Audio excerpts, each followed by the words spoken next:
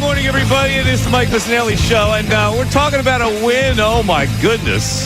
The Phillies win yesterday, 4-3 in 11 innings, a game that had plenty of mistakes, but they persevered, and they hung in there, and they got a little small ball going, and they wound up winning the game in extra innings.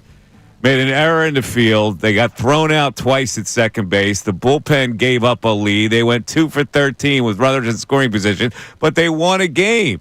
And, I don't want to read too much into it, but when you win games like that, it usually turns around your luck, turns around your fortune. And they had a hero in yesterday's game. Brandon Marsh gets a first pitch fastball and knows what to do with it and drives it to get that run home. But Otto Kemp, how about Otto Kemp? He got post-game water dumped on him. He got the Gatorade bucket. That's fun. I mean, listen, I don't have a problem with that at all. It wasn't the old daddy daycare where they get the cup and the little drip of the water. It was, it was a good moment for the kid. He had 3 hits. 2 of them were dribblers. One was a perfectly executed bunt, which is always nice to see. The Phillies with 2 bunts in 1 inning. I got to give Bryson Stott most of the credit, though, because that was a great bunt. And probably a little unexpected he would drop that bunt. He gets a hit out of it. Everything was good yesterday, except one little thing. And I want to open this to the people. What was the most glaring in that game yesterday? If you are a Phillies fan, what was most glaring? What did you look at last night and go, huh? We'll leave that as an open-ended question. But does this turn the Phillies around? I don't know. They send Mick Abel to the mound again tonight, and the Cubs have to look like they blew a game yesterday. So who knows? The Cubs are actually a slight favorite going into tonight's game. So we'll find out. But Ray Dunn is here. Ray, what did you think of that W? Could that be a W that turns this thing around for your fighting Phillies? Yeah, I joked on Twitter after the game that that's either the moment that the video yearbook turns around for them or it's the only thing they show from June. Because it was one of those type games where you have kind of the unsung heroes. Marsh, who's been, we've all been critical of him. I got the tweet last night from someone after the game. Oh, you really wanted to drive Lehigh Valley? Yeah, I did. And, hey, he hasn't fixed everything, but it was nice to see him get the walk-off last night. Otto Kemp with the 3 hits, and you mentioned those last 2 hits went a combined like 5 feet. But it was good to see him get his opportunity, get that shine post-game, get the water dumped on him. It is the type of game that can kind of raise the spirits of a clubhouse that did kind of look, like they were searching for something. They were searching for a little bit of fun. They were searching for a little bit of the swagger that they really haven't had. They've been very businesslike all season. They've had a couple of glimpses of, like, this is fun. This is we're enjoying ourselves. But you really haven't gotten that. They wanted everyone to grow up. They wanted to take more of that businesslike approach. And for 50 games, it worked great for them. It did not look like a lot of fun over the last 10, and a lot of that comes with losing, but it was good to see them kind of lift their spirits up, and against a good baseball team. I mean, that's a Cubs team that came into this series with a plus 105 run differential, the best team in the NL Central right now. They've probably been the best team in the National League since the beginning of the season, them and the Mets. It was a good win for them. It was. Let's go good and bad last night. If you had to come up with a list of good, give me your list of good. My list of good. Let's see. Couple of hits for Casty. All right. JT. Castellanos. JT with the big hit late there. Oh, I got 2 hits from JT, I think, last night. Big hit for JT, yep. Marsh, obviously, with the walk-off, looked good. Marsh, Kemp, yeah, kind of got the the feeling of, all right, I got my first hit out of the way. That's 4 good. Yeah, that's 4 good. 4 good. Zach Wheeler back on the mound. That's right. That's 5 good with his 1,000th strikeout. Yep, that was good. Romano came into the game, and the game continued. Very quick inning with Romano, although he gave up 2 long fly balls. One of which I thought was going to hit the wall. Yep, absolutely. But he gets out there. Look at all the good things we got. Casty, JT, Marsh, Kemp, Wheeler, Romano. So much good. Let's look at the bad. Look at the bad. Give me your bad. Give me your bad list. Strom? What pops out of your head? Strom gives up the tying home run. Yeah. All right? I thought last night for about 5 minutes there, I was like, I think I watched the end of Carlos Hernandez's Phillies career. Hernandez, although he got out of it. He did. No, that's why I thought for about a couple minutes there, I was like, yeah, that was it for him. You can actually put him into good. Got the big strikeout. He did. I guess, yeah, he inherits a runner on second because of the ghost runner. He only allows one run. I'll give him credit for credit's due. We'll put him in the in-between category. Yeah, I don't know. All right, give me bad. Turner, bad. Picked. Got picked off. Kemp, good and bad because he made an error. Yep. Well, then also Castellanos good and bad because he gets thrown out second when he should never went to second base. All right, two guys got thrown out at second base. Neither of them should have gone. Yeah. It was also the most predictable, too. Both of those times you're watching your TV like, I swear, if he's running to second right now, and then the camera cuts, and there he is running right to second. You're like, oh, my goodness. Yeah. Why? Why are you doing that? Yeah. A little awareness here. Castellanos can't run either. He is the only one. Does he think he can run? He's the only one that doesn't know he can't run. He's the only one in the world that doesn't know that he's not able to run. It's the truth, man. It really is. But there was this point in that game last night where I scratched my head. Now, interestingly enough, the Cubs did the reverse prior to that moment. And I'm starting now to notice little managerial things that kind of bug me. And last night, I noticed something that really bugged me. I do not understand it for one bit. And I think we will leave it. I want people to see if you've had the same reaction that I did. It's a pretty obvious thing. It's not like hidden beneath the sheets here. But I could not understand it at all with a move that was made last night. And, Ray, you know what I'm talking about. I know exactly where you're going with this. All right, so we'll kick that around. What else are we kicking around today? Well, we've got Donovan McNabb, who's going to be part of the show today. Donovan McNabb had something to say. It's Donovan, when he says something, it's usually, we usually light it up a little bit. And then you got the Eagles now in a possibility. They're in the odds to acquire Jair Alexander. Just looked at it today. We really didn't talk about that much yesterday, but there's also a couple Eagles issues up there. One, should they actually trade for Trey Hendrickson and add another big salary to the payroll, or can they sit back and take a shot with Jair Alexander? Because the odds say the Eagles right now are the third best team, odds-wise, to acquire Jair Alexander. San Francisco 49ers are at 9-2. The Dolphins are at 5-1. And the Eagles right there at 6-1. So I'm curious to know how people feel about adding to two quality starters, or at least one of the two that are possibly can be acquired out there. Ray, your thoughts? I like talent. You got talent out there right now, especially with Jair Alexander. We're talking so much about what that second cornerback position is going to be with Keely Ringo, whether or not it's going to be Adoree Jackson, whether they're going to have to move Cooper DeJean outside. Here's a guy that you can go out, and I think he's got a little bit right now of that edge to him if he wants to stick it to the Packers. No better way to do it than with the team that they were most publicly feuding with all offseason with the whole tush-push thing, the team that knocked them out of the postseason a year ago. You get to play them again come Week 10, and you have a chance to go get yourself a ring and a payday. I mean, for him, I think the fit makes a lot of sense. For the Eagles, do they think it makes a lot of sense? I got to think they do think it makes a lot of sense. It's hard to imagine they wouldn't. The only thing is, one of the two would really complete that, wouldn't it? Yeah. I think the only thing that people would look at, though, is the durability and the why. Why is Jair Alexander, why is a two-time All-Pro corner just sitting out there right now?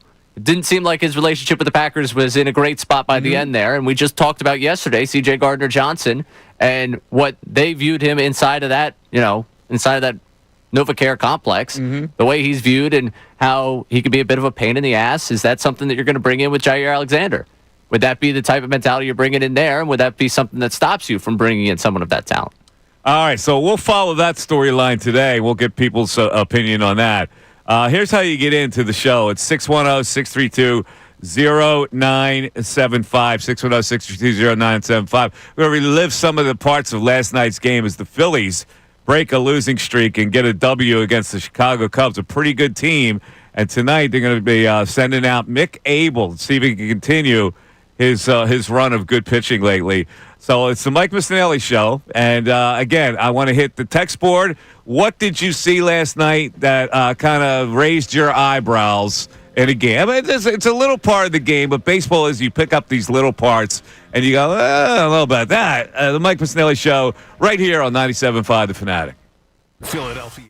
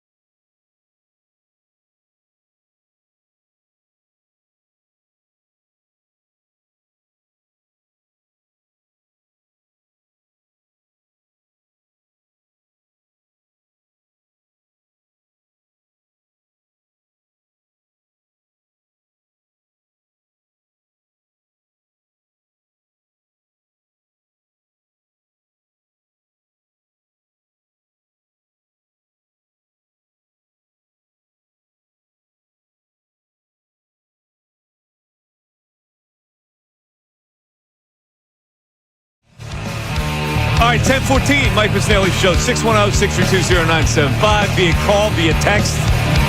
I threw out a challenge to people out there. What happened in last night's game, late in the game, that had you raise your eyebrows a little bit. And it's a pretty easy discovery when you think about it. But our text board is humming early. We'll relive some of the moments of last night's game. But let's go to the text board and see what people are saying about that Phillies W last night. Ray? All right, so we got some guesses here. I will start in chronological order here. Jim from Mayfair. The poor base running was very glaring to me. It definitely was. Now, they won the game. There were a lot of flaws in that game last night for the Phillies. They won. And I see when you win a game like that you probably should lose, it can springboard to a lot of things. What else do we have? All right, we got my issues with the Phillies last night was stranding runners and 2 getting thrown out going for doubles. It is Jace from New Hope. Also wants to hear about the possibility of Kyle Pitts to the Eagles. Kyle Pitts to the Eagles. Oh, all right. Well, that's probably an Archbishop Wood guy. Yeah, I would imagine. So. Yeah. All right. So here's the thing about trying to get to second base. If there's nobody out, it's probably a good play because you got then you got a guy on second base in scoring position that you can get to third base and manufacture a run. But when you're slow, you probably don't do it. Yeah, the Castellanos one is a product of speed. Yeah, now Sosa can run a little bit. The Sosa one, to me, is you hesitate out of the box, and you watch. I mean, they highlighted on the broadcast just how wide that turn is from first base. You have to know as a player, and especially with the caliber of right fielder they have, that you're not going to make it. Like, you have to know when you take that wide turn around first that you have already hesitated out of the box, and now you have made yourself go further around first than you needed to. That's the time where you hold up and just, all right, you know what? I could have gotten extra bases if I was quicker out of the box, but I'm going to take the single and live to see the next batter with a runner on base. What else ticked you off in that game that you saw that we haven't even mentioned yet? I'll take it to the 7th inning. Marsh singles to right. Rojas sacrifices. Turner gets hit by a pitch. Schwarber strikes out swinging. Who's the next hitter? Alec Bohm. What happened in that at-bat? Went down 3 pitches? 3 pitches, strike looking, strike swinging. Fastball he takes for strike 3. And then what happened after the at-bat? The equipment manager got very busy. Throws the bat, slams the helmet. Listen, is he 12 years old? First of all, when you go down taking a third strike, well, good morning, good afternoon, good night, and you take a fastball, you got to laugh at that. You got to go, that is so bad, I have to laugh at myself. Like, that's not what you don't get mad at something like that. You did it. You go, how could I have possibly done it? And you walk away, you almost laugh at how stupid you are. Instead, he blames the bat and the helmet. Right? The helmet seriously got blamed on that one. I don't understand this guy. I really don't. You're a major league player at this point, okay? Who are you mad at exactly? You're mad at yourself, I get it, but it's so ridiculous you take a third strike, you just walk away and laugh at yourself. It's like when you miss a 3-foot putt. Do you throw a putter? Not anymore. No, you used to. You go, oh, my God, that's so I'm such an idiot. Like, that's the reason I'm such an idiot. I got to take that third strike. I don't understand how major league hitters can take fastballs for third strikes because you're always taught, look to the fastball, adjust to the breaking pitch. So if you got in an 0-2 hole and if they throw you a fastball, you're set for it. If they throw you a breaking ball, you fight it off. You adjust. Maybe you're not expecting it. But you can't get beat on a fastball for strike 3 and take it. No. I don't understand it. I see it a lot in Major League Baseball these days. You can't get beat that way, and you certainly can't react that way. Like, it frustrates me because the conversation we have with him is so circular. It really is. We've been doing this now for how long? It was a conversation at the end of last season about the body language. It was the fact that he got benched to the postseason. And then all off season, we got the stories in spring training of, he really reflected on it. He thought about it. He's in a better place coming into this season. And obviously had the off-season trade rumors. And nothing's changed.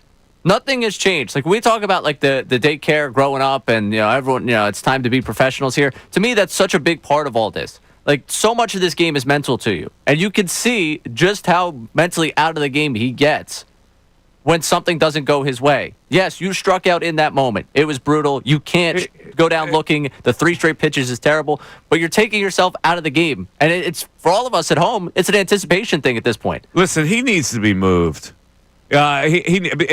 Fortunately, they have a replacement. They have a kid in the lower system who could play third base, and maybe as soon as next year, and he could get you something. But he needs to be moved. He's not valuable enough. I mean, I like him as a third baseman. I think he's a very underrated defensive player.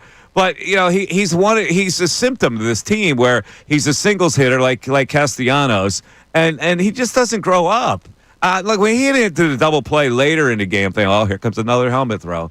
To his credit, he kept it under wraps. Yes. And right? You can kind of sense he knew that he was going to be followed by the camera after the last one, because he makes his way almost all the way into the tunnel, the clubhouse after that, and like has his head facing where they put the helmets in there in the dugout. Like he was reflecting on what happened and trying to keep it all together. His tantrums are so weird. Major league players don't have tantrums like that. Well, yeah, he's a very immature guy. I almost feel for whoever manufactures the helmets. Like, they got to order, like, an extra 15, 20. Like, listen, I don't mind him destroying a helmet. Like, if you're in the dugout and you're really frustrated with yourself and you want to, smash a helmet out of sight, that's fine. Like, you want to go in the tunnel and smash a helmet, I got no problem with that. You want to smash a bat, you get that out of your system. But on the field, right at the plate, when you throw your bat and you throw your helmet, it makes you look like a 12-year-old. And it's more indicative of a team, like, pressing. Like, you just kind of get that impression with a team that was trying to get out of a slump and get themselves out of this slide that they've been in, losing 9 of 10, 5 in a row. At that point in the game where he ends up striking out looking, it's a 1-run game in the 7th. And, yeah, they're winning, but you can sense that unease, that pressure, at least within him. And I can't imagine that the other guys don't feel it. Like, when they see him acting like that, there has to be an indication of, we all are kind of feeling that pressure right now. On that note, I think it's a reflection of poor leadership within that team. He has consistently done that. Nobody has ever shut it down for him. Like, that's a Bryce Harper situation.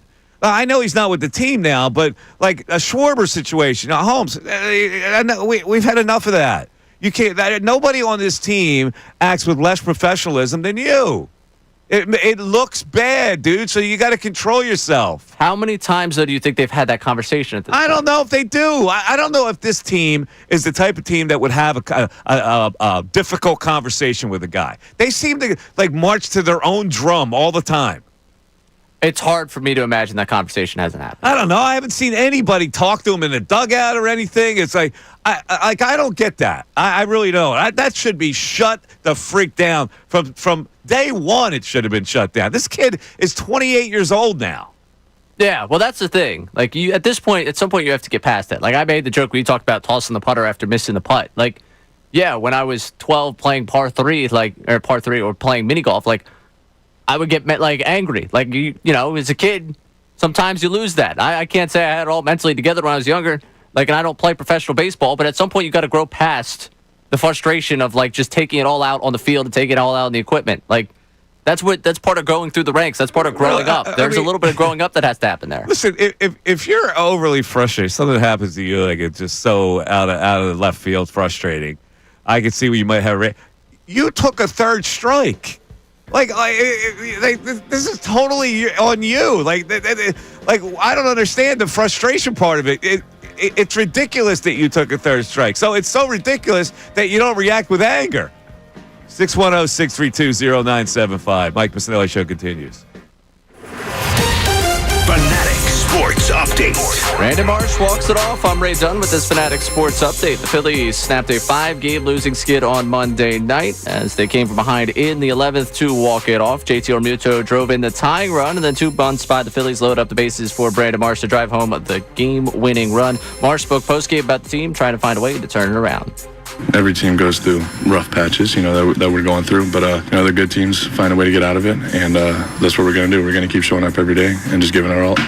Phillies will be trying to win back-to-back games for the first time in almost 2 weeks tonight as Mick Abel takes the mound for his third start with the Phillies against Colorado for the Cubs. First pitch is at 6:45 down at Citizens Bank Park. We'll be joined by Baseball Hall of Famer Jason Stark coming up at 11:25 to talk about everything going on with Phillies and everything going on across baseball. Today, the sole mandatory minicamp practice for the Philadelphia Eagles. They will take the field for the last time before they disperse ahead of training camp. You'll be able to hear Nick Sirianni coming up in the 2 o'clock hour as he has a live press conference down there addressing the media with the sole and final day of mandatory minicamp. This update is brought to you by Straight Talk Wireless. Get a wireless plan that saves you money and an extra trip. Switch to Straight Talk at your local Walmart while you shop for those little oranges the kids love. It's real unlimited data with real convenience. I'm Ray Dunn on your home for NBA Finals action, 97.5 The Fanatic and 97.5thefanatic.com.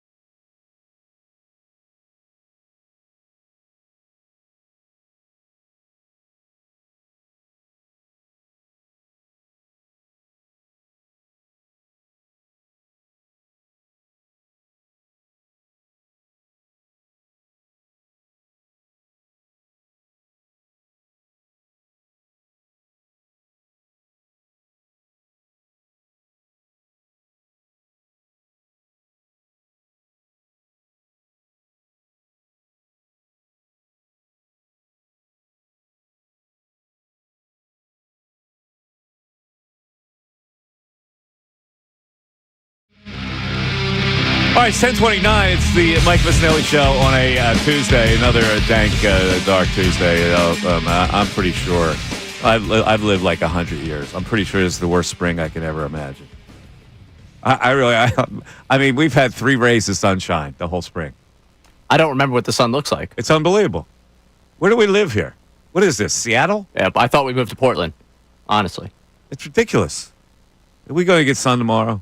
I think so. Supposedly, we're going to get sun tomorrow. I hope so. Yeah. Great. Wednesday. Just the day everybody wants to be outside and doing things. Glad we got our sunshine in on that Wednesday. One more thing on this Alec Bohm thing. When you do something like that, self-punishment is appropriate. Like Alec Bohm taking the third strike there, his third pitch that he sees, should be a slap in the helmet by himself. It's like one of these. You know? Like, F me. Bam. You know? Right. That's the way it should be. It's like, all right, I'm getting obsessed with this now. But I hate seeing something like that. Yeah, but if it was the first time, I think we would just say, yeah, that was crazy. He acted a little out of character. It's so much in his character. Yeah, he had stopped doing it, though. He had really stopped. Which is what makes it noteworthy, that he's doing it after he's gone through a struggle and this team has gone through a struggle. Because you thought we would move past this. That was something that we were moving on from. Yeah.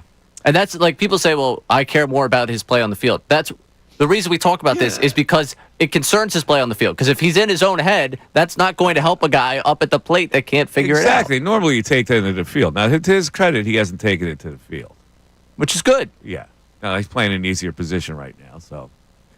Yeah, well, after last night, well, we talk about the bad. After the Kemp era last night, how soon till they flipped the two of them? Because that was something Thompson talked about before the game. That we could see the two of them flip positions. Has anybody gotten my challenge question? What happened in that game last night that you thought was very unusual and peculiar and wrong? Yes. We Somebody got it. Somebody got it? All right, who was it? Give him credit. Sean from Cinnaminson. So the Cubs intentionally walked Schwarber, and it worked perfectly.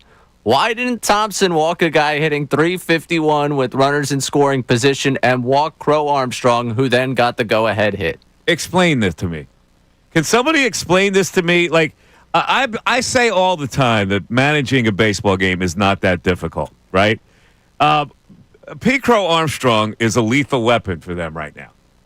Okay, yes, so here we go, and we go to the top of the 11th. Hernandez is pitching. He gets Suzuki for the first out. Now, first of all, here's my rule. Unless it's the 3, 4, 5 hitters coming up, you bunt that guy over to third base. I don't care what they say. 3, 4, 5, that's an RBI situation. 6, 7, 8, 1, 2, you should always bunt the guy over to third base with 1 out. You know why? Because that brings the infield in, and it's so much easier for the next guy to drive that run in. Whether it's a fly ball, whether it's a ground ball in a hole, whether it's a hard hit ground ball because the infield's in that they can't get to. To me, that's fundamental. That's a fundamental managing. So Suzuki, obviously a dangerous hitter, they're not going to bunt him. So they get him to fly out. All right, they get a break. Now, why would you not walk Crow Armstrong with a base open? So to be clear, I want to say on the record, as I'm sitting in my living room watching this game happen, I turned to my 2 roommates, and they could be called for testimony here on this one, and said, why aren't they walking him? Shouldn't they be walking him? Why aren't they walking him? I'm screaming at the television. So I will try to explain it to you as best I can put on my Rob Thompson thinking cap. Go ahead. PCA runs really well. Pete Crow Armstrong. Yeah. Very good runner. So the comparison between walking Schwarber and walking Pete Crow Armstrong is the fact that Schwarber, likely on a double, if he's trying to leg it out, go home, the Cubs have the outfield where they're probably going to be able to get him out at the plate. The Phillies, I don't think you believe that you're going to be able to get him if he has to come around on a double. So I think you put a better runner on first base. That concerns them. On top of that, Carlos Hernandez has an ability to walk guys without you even letting him know to walk them. That concerns you in the idea of, okay, we put 2 runners on. This guy's kind of wild, doesn't have the best command of his stuff. You could end up loading the bases pretty quickly there. Boy, you have overcomplicated this thing. Well, the one thing that you here's the glaring thing. Pete Crow Armstrong is coming to the plate. It is, but if he gets on first base, you allow the hit and he scores, that's 2 on you. If they're thinking, hey, the worst he does is drive in that one run with a base hit, we can take care of the rest of the lineup, we're good. You got to get out of that inning. You can't worry about whether they're going to score 1 or 2 runs. I mean, that's a big difference. 2 runs against this offense versus but one. you can't worry about that after as a future thing. But you're thinking as Rob Thompson is we have the bottom half of this inning. If we can't score a run in that, which honestly, after they got the clean inning from Romano and they had Turner on second base, after that 10th inning, I was leaving that like, wow, they really don't deserve to win this baseball game. Well, amongst many reasons why they don't deserve to win that baseball game. But if you only allow the 1 run, you're going to start the next inning with a runner on second. You should be able to score that run and tie that game to live for another inning. You're allowing the 1 run to score. I am not. Okay? Well, not necessarily. I am saying you walk the guy. I got Dansby Swanson coming up. Dansby Swanson, I can very easily get out. And not only that, but I can get him to hit it to a double play, and I'm out of the inning. That's what I'm looking at. Well, who's the next hitter? Pete Crow Armstrong should not hit that situation. I mean, the thing is, again, for this, like, the way it works out in the inning, yes, if you want to use hindsight being 20/20 here, yeah, it worked out for you that if you had walked him, it would have worked out perfectly for you. But you don't know in that moment how he's going to approach Swanson with 2 runners on base. Like, I think that is why they go that way. You're worried about Swanson. I'm worried about the guy coming to the plate. I'll take my chances with whatever happens after that. The last thing I'm doing is letting that guy beat me. He's more likely to beat me than anybody in the lineup. I understand what you're saying. And I do not think they called for a pitch to go right down the middle of the plate as a fastball to start the at-bat with Pete Crow Armstrong. Well, whether it's a fastball in the middle of the plate or it's a breaking pitch, this guy's a good hitter. That's my point. Like a good hitter with a base open, you don't face. I don't understand what Rob Thompson was doing. I got to be honest with you. It's the easiest move you could possibly make there. I'm best trying to explain it to you with the thought process of what I went through, what went through Rob Thompson. Yeah, because I'm telling you that, again, when I was sitting there in my living room, I'm like, all right, walk him. Like, it's Pete Crow Armstrong. Had they had someone else on the mound they trusted more, maybe they would have walked him. Yeah, all right. Well, but here's the thing. How do you trust Hernandez against Pete Crow Armstrong? You're worried about like what's going to happen with Hernandez after the fact. Look at this bullpen. I mean, you went what? You already had used Romano, Strahm, Kirk. Like they had gone through pretty much everyone at that point. Yeah, I get it. Inferior pitcher versus good hitter. That to me, that's all I need to know as a manager, right there. When you overcomplicate it, you usually make more of a mistake. Like the Cubs manager goes, I don't want Schwarber hitting here. Well, again, I think I'm there's not going to have Schwarber hit. Difference between Schwarber's ability to run and Crow Armstrong's ability to run. Like if Schwarber's on first base, he's not. You're worried about 2 runs scoring. I'm worried about getting out of the inning unscathed. Yeah. Well, you also play a different way when you're the road team than you're the home team because you always have that advantage coming up after them of knowing what you need. Who am I arguing with? Bill here? No, again, I'm giving you what goes through their mind. I'm not telling you it's necessarily the way I believe. What I'm saying is sometimes too much goes through your mind. Like the fundamental thing, Pete Armstrong against Hernandez, I don't like that matchup. Walk him. That's it. That's the story. And I'll go have a cup of coffee. Whatever happens after that, I can take. And I gotcha. I also was going through that thought process, but I'm trying to explain as best I can through the lens of what the Phillies are thinking. All right. Well, anyway, congratulations to our texter who got that. And we'll come back with more text and your phone calls after this. So what does that victory mean last night to you for your Phillies? Does it mean anything? I guess it doesn't mean anything to people. We'll talk about the possibility that they did not have a team meeting. First of all, let me just say this. I hate team meetings. I think they're totally useless. These are adult, grown men, professional players. Team meetings do not help grown men, professional baseball players. We'll talk about it after this. And coming up at 11:25, the debut on this show of my old buddy, Jason Stark. We created many memories with Jason coming on every week way back in the day. He is back with us on the midday show at 11:25 today. So stay tuned for Jason Stark. It's the Mike Missanelli Show. We're back after this. Ricky Bo, Bill Colorado.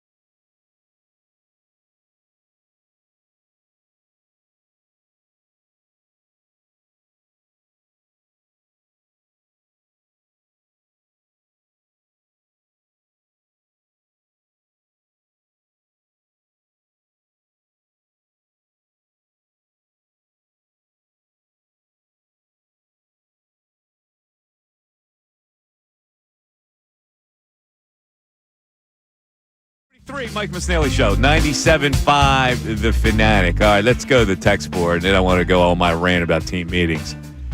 Ray, what are the text people saying today? I'm interested to get more people's perspective on this one because we got unnamed texter from Delaware here. I would prefer to see Bohm's passion than the humdrum attitude players like the Turner Show. Yeah, but this is silly passion. That's not passion is taking an extra base and getting up and clapping, like doing a little thing, maybe a successful bunt, like when Otto Kemp beat the play, he's all excited. That's passion. It's silly to act like a child. That's not passion. That's immaturity. Well, I'm curious where the line of people and their annoyance with it comes, because we did have some people in the YouTube chat, and hello to our YouTube chat as I man that as well, that were like, all right, yeah, I just care what he does. I'm more worried about the struggles on the field than I am with all the theatrics aside. We all are. But that's there's the little subplot of what's going on here. It looks terrible, and it rubs off on people the wrong way when you do something like that. Passion is shown in so many other different ways. Passion is shown when you delect it, like your stot, and you bunt because it's a really good play. Yeah, there's a pop fly that you're trying to get to, and you dive for it. That's passion. Cutting off a ball in the gap, that's passion. Holding a guy to a single, like those are passion plays. And I think you and I both are annoyed by the bat or the helmet being spiked there and the bat being slammed down. Like that to me is again, just I thought we moved past this. I thought we had grown past this with him. It's just not professional. But I'm curious how many people actually are bothered by it. I think a lot of people are bothered by Alec Bohm. I think that's why he doesn't get a fair shake. When he goes into a slump, people come out and kill him. So he doesn't buy goodwill at all by being a professional. No, I guess at this point, what would buy him goodwill? Because if he silently went through a slump, he'd still be going through a slump. Just be a pro. Just be a pro. Like you ground out, you don't throw a helmet. You strike out looking. It's your fault. Hit yourself in the head. Do something like that. I like it's your fault. You take the onus. Like don't deflect the moment by throwing a bat or a helmet. I understand you're angry at yourself, but when you do it that way, it doesn't come off right. No, it certainly does not. And we're all just kind of waiting for the next one. Because we grounded that double play. I think everyone was holding their breath like, Bat Boy going to have to collect multiple pieces of that helmet? And you feel terrible about it afterwards. I got news for you. He's got to feel terrible about doing something like that. Yeah. Because he doesn't even, I remember when I was younger, if I would throw a golf club, I go, what kind of an idiot am I? Like, why would I do something like that? But at the moment, you're caught up with it. Until you get a hold of yourself and go, that's not right. It's not the right thing to do. You're compounding struggles. Exactly. You're upset about what you did, and then you're upset with the way you reacted to it. What else on the Double text time. board? What else we got? We got some frustration here with Castellanos in a similar situation the other day. It took 3 straight pitches, all strikes, then goes up on the ump. He should man up and go off on himself. Yeah, maybe in one of those pitches there's a bad call. Doesn't matter.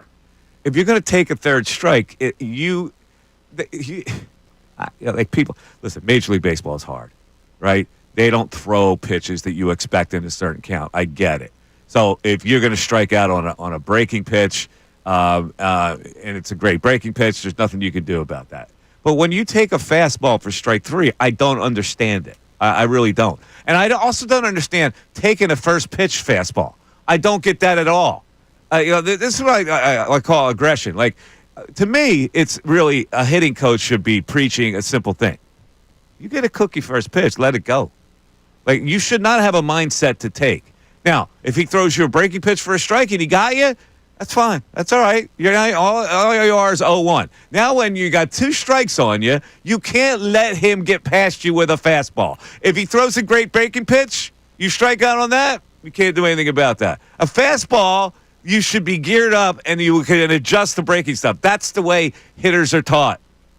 All right, one more for you here on the text board. I can't believe they scraped by a team they out-hit by 10-plus hits because they're undisciplined on the base paths, but my glaring spot is the lack of home run power even if Harper is in the lineup. Yeah, they don't. It's just funny because they were built supposedly to slug, right? They're supposed to be a slugging team. Well, they don't slug anymore. So people say, well, you got to play small ball. The problem is they don't know how to play small ball. They're not a small ball team. Although you do have a couple of big right-handed hitters who decide to hit the other way and try to hit singles through the first and second base hole. Yes, and as pointed out, it was, I believe, MBD on the YouTube chat here. I don't care about the Bohm outburst. Stop hitting double plays. Elevate the damn ball if you are 6'5", 225. And Neil following up with, I have been saying that for a long time with Alec Bohm. Like, I don't understand why he doesn't use his leverage. And the biggest dichotomy is he gets into the home run hitting contest a couple years ago. Like, I'm going, dude, like, really? You know, like, you're going to show that kind of pop and you have no thought at all to show that kind of pop in a game? Like, it's a dichotomy. You're almost wishing for the opposite of the old cliche, like the home run derby ruins the swing. Like, I wish the home run derby swing was there all the time. Please, learn to elevate it a little bit. All right. In any event, we got a break. But on the other side, team meetings. Rob Thompson, I think, did the right thing. When you hold a team meeting when you're struggling like this, all you're doing is exemplifying the bad. Like, you want guys to forget about the bad. So if you lose 20 in a row, maybe you have a team meeting. Well, what's going to be said in a team meeting? Well, we'll talk about that after this. It's the Mike Missanelli Show. Back after this. Fanatic Sports Update. Brandon Marsh walks it off. I'm Ray Dunn with this Fanatic Sports Update. The Phillies snapped a 5-game losing skid on Monday night. They came from behind in the 11th to walk it off. JT Realmuto drove in the tying run. The 2 bunts load up the bases for the Phils, and Brandon Marsh drove home the game-winning run. Marsh spoke postgame about the team trying to find a way to turn it around. Every team goes through rough patches, that we're going through. But, the good teams find a way to get out of it, and that's what we're going to do. We're going to keep showing up every day and just giving our all. Phillies will be trying to win back-to-back games for the first time in almost 2 weeks. Tonight, Mick Gable taking the ball for the Phillies, his third start as a Philly against Colin Ray for the Cubs. First pitch as it is at 6:45. Jason Stark, the Hall of Famer, will join us coming up at 11:25 to talk about the Phillies and everything going on in the world of baseball.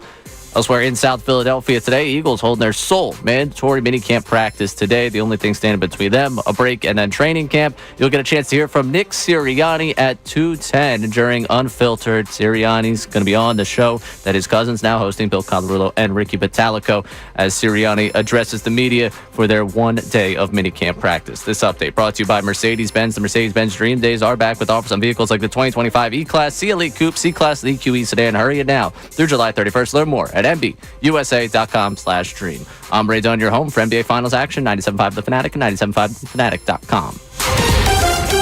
Texting, the easiest and most...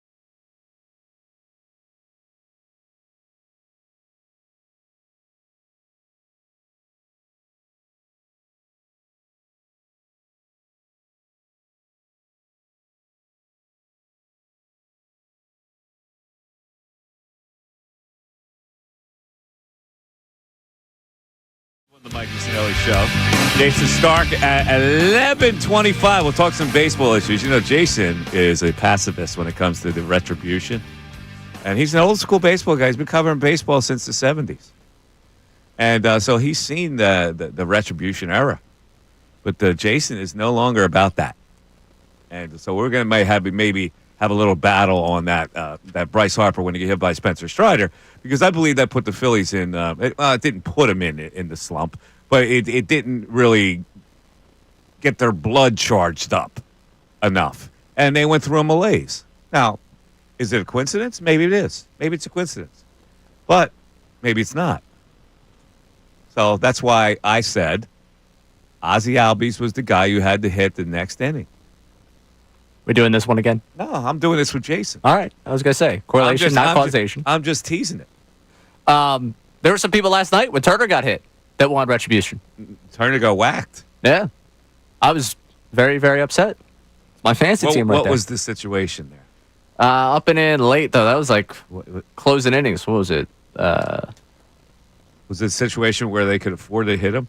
No, I don't think they could. No? 'Cause I'm pretty sure it might have been the 7th, because I think it was the 8th where people were looking for retribution and ended up being a home run. That was too close of a game. Right. That's what I'm saying. You early in the game, you could do it. It's very early, and you can recover from it early. It was the 7th, because then the 8th, you can't do that. if Strom ended up hitting Shaw, Happ hits a home run, is the second guy of that inning. Yeah. And the Cubs have the lead. In a close game, you can't mess around like that. I'm not like 100% retribution. I'm retribution with the circumstance of retribution. Yes. All right, so let's talk about this team meeting thing. Ray, I think that you are a little miffed that they didn't have a team meeting. All right? I'm not entirely. I'm not bothered one way or another by it, because I don't think my life changes too much with them having a meeting. Truthfully, I don't know what they're going to talk about in there. That hey, a lot of guys, people, you stink. A lot of people are out there going, "Oh, you need to have a team meeting," and that's usually the suggestion when you go through a slump. Now, in baseball, when you live with guys that long, team meetings don't help at all. Now, unless a guy is showing up late. Like, the classic example is the team meeting with the Sixers when they were slumping and things were going on behind the scenes where the star player was not setting a good example. If you've got that kind of situation, then a team meeting is an airing of the grievances, and that can help. In baseball, you already have the pressure of losing. When you have a team meeting to exemplify, hey, we're losing, all that does is that's a continued permeation of losing. It's like, we stink right now, and I need to tell everybody that we stink. Well, I don't think that helps, because in baseball, sometimes it's not a cause and effect. Sometimes the pitcher is better than you, and sometimes you go into a slump collectively, hitting-wise, because hitting is the hardest thing to do. So just having a team meeting is not going to make you hit. Like in basketball, if you have a team meeting, the habits get better. Your practice habits may get better. You're not practicing in baseball. You're scrimmaging in basketball. You need to get your P's and Q's a little more settled. And if things are not that way, somebody's showing up late, somebody's not giving an effort, then that's a team meeting solves that. But not in baseball. It doesn't work. Would you have been more concerned if you had heard they did have a team meeting? I would have had no reaction to it. I really wouldn't have. I don't know what could be discussed in a team meeting amongst 25 baseball players and a coaching staff that would help, other than you're just continually stressing that we're in a slump. Like that, to me, you're stressing a negative in a team meeting, and that doesn't work for me. Right, but I'm just going back to the thought process you talking about, whether habits were off, guys showing up late, things like that. Like, if they had said they had a meeting, would you have then said, okay, is this beyond just the team going through a malaise? No, I don't think so. I don't think this team is an undisciplined team. I think these guys are professionals, and there's not that extracurricular stuff that we go on to prevent them from winning. It's just baseball. Baseball, sometimes you hit a wall, and sometimes you're not doing the right thing. But the only way you can correct it is individually. Like if you're not disciplined at the plate, if you're not studying the game plan on what that guy's going to throw you, or like stuff like that, that is all on you. And there's nobody else in that clubhouse that can stress about what you're doing. That person can only stress what he's not doing. That's why I don't think a team meeting in baseball works. Yeah, we did have, I believe it's Sean Comp on the YouTube that just wanted to mention that last August they went and did the team meeting and ended up winning 4 games after that because they had struggled after the All-Star break and said that it worked out. But for you, it doesn't do much. No, it's coincidence, really, that you win 4 games after that. Because, like, right now, when you lose 9 of 10, you're having a team meeting. Hey, we lost 9 of 10. And so that message is continuing rattling around in your brain. It's a negative message. Like, where's the positive message? Is the team meeting going to be, we're okay, fellas, don't worry about it? Like, okay, that's what we're supposed to say that to individually when you come into a clubhouse and when you go home after a game. We're okay. We're going to be all right. So I guess the question I would then propose to Sean and anyone else in this fan base that wanted them to have a team meeting, what did you want to be the discussion point of that team meeting that would cause change for this team? Yeah, we got to hit better. Guys, we got to hit better. I know. We know that. Like, I'm trying to hit. Like, when I come to the plate, trust me when I'm telling you, teammate, I'm trying to get a hit. I'm not trying to make it out. Like, see, baseball doesn't work. You know? Yeah, I mean, like very in football. much in your head. All right, you missed the block on that sweep. You know, we got to make sure we block. That works. All right, you're making fun of it. In baseball, you're not making it's so mental that there's nothing you can do to adjust unless you do it yourself.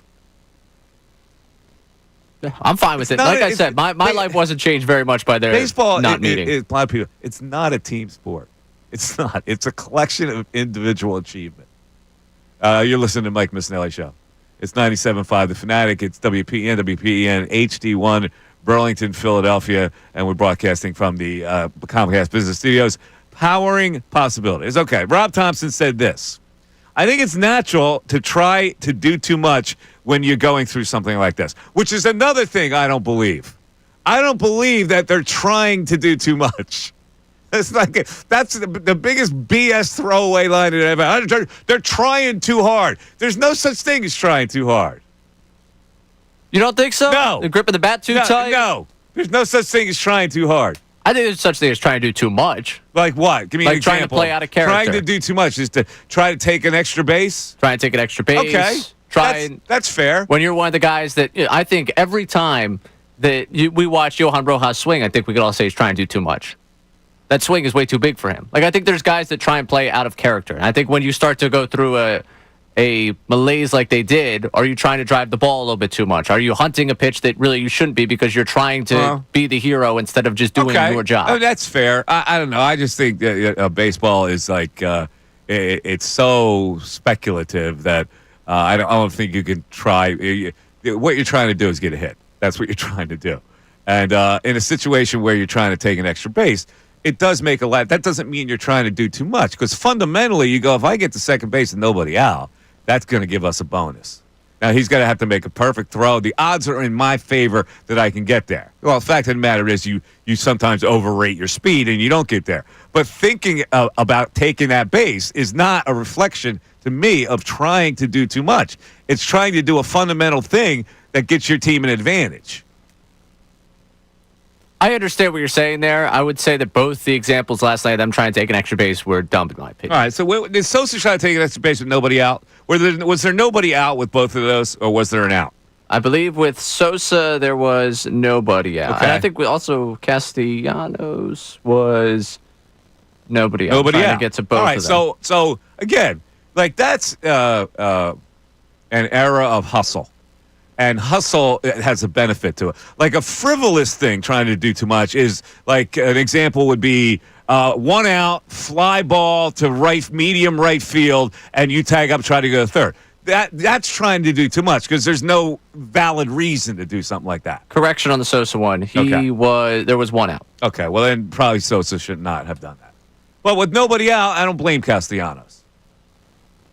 I do. You do because he overvalued his speed. Right, yeah. Okay, that's fair. He hit it, and my immediate thought was, I swear, if they cut to the camera and I see him halfway to second base, I'm going to lose it. And sure enough, there he is. Yeah. Like my room, I think I annoy the people I watch the game with because my immediate reaction to him hitting one down the line is not like, oh, great, Castellanos. It was like, oh, no. Yeah, but look at the play that guy made. Who was out there in left field?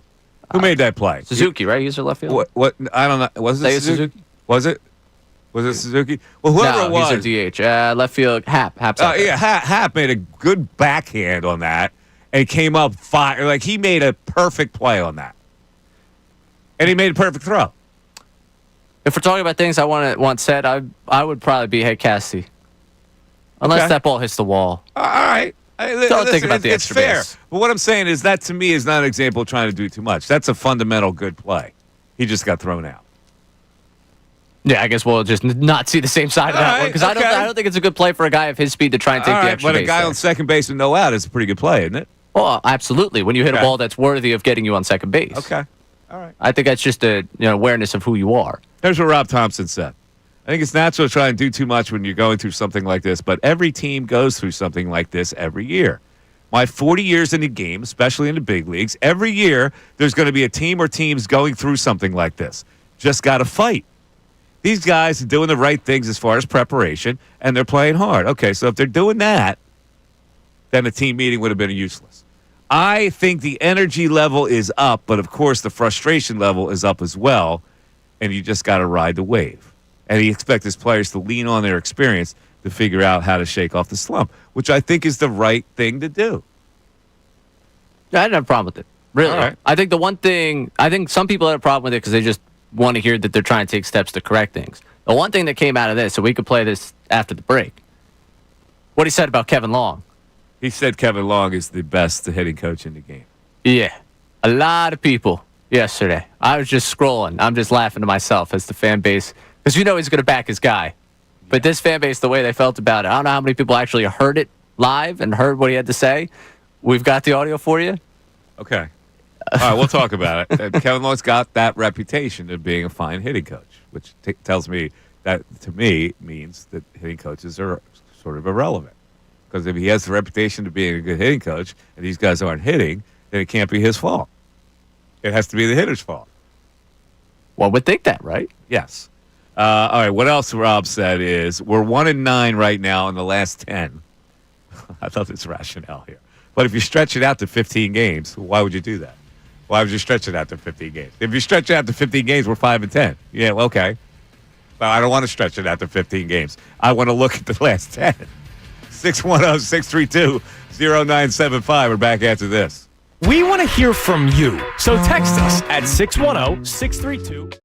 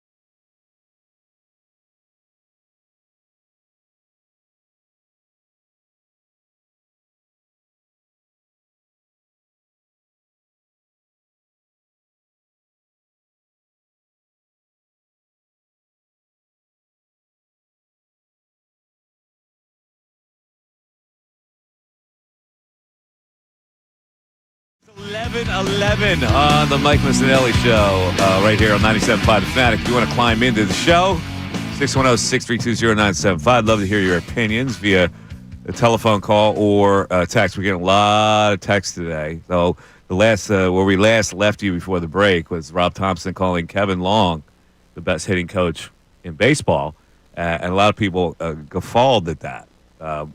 Now, he's got a great reputation. I mean, a lot of people in baseball think he is the best hitting coach in baseball. Just the Phillies have not shown a great offensive acumen under Kevin Long this year. I don't think it's his fault. I always look at the hitter. There's only so much a hitting coach can do when you step into the batter's box. The hitting coach no longer can guide you, except in your head. So here's Rob Thompson talking about his hitting coach because he knows the heat's been on Kevin Long. I think Kevin's the best hitting coach in baseball, and I think these guys listen to him. He works, he's tireless worker. He's great with the players. He's knowledgeable. Obviously, he's knowledgeable, but he also tells them the truth, and they respect that. All right, so he's a tireless worker. He's great with the players. They all listen to him. So what's the beef? What's our beef with him? Beef with him is the fan base doesn't believe any of that. What's the fan base say? Fan base saying, look at where Bohm, Stott, Marsh are in their development. They haven't gone any further as guys. You've seen the same issues with Castellanos as you've seen from years past. Rojas still can't hit. And where else are we going with this? I mean, I don't think you blame JT just getting old on him. But, I think that's where a lot of the fan base looks at half of this lineup and says, all right, yeah, congrats. You revitalized Schwarber's career 5 years ago. What have you done for me lately for a lot of these guys in the lineup? It's a fair point that the younger guys like Bohm and Stott have not developed. Bohm has raised his average 150 points from the start of the year, right? Mm-hmm. Now, he hits singles. That's what he does. He's a singles hitter, hit an occasional double, maybe an occasional home run. In a situation like that, you got two choices. You let him roll with what he feels naturally best at, or you try to turn him into a pull side home run hitter.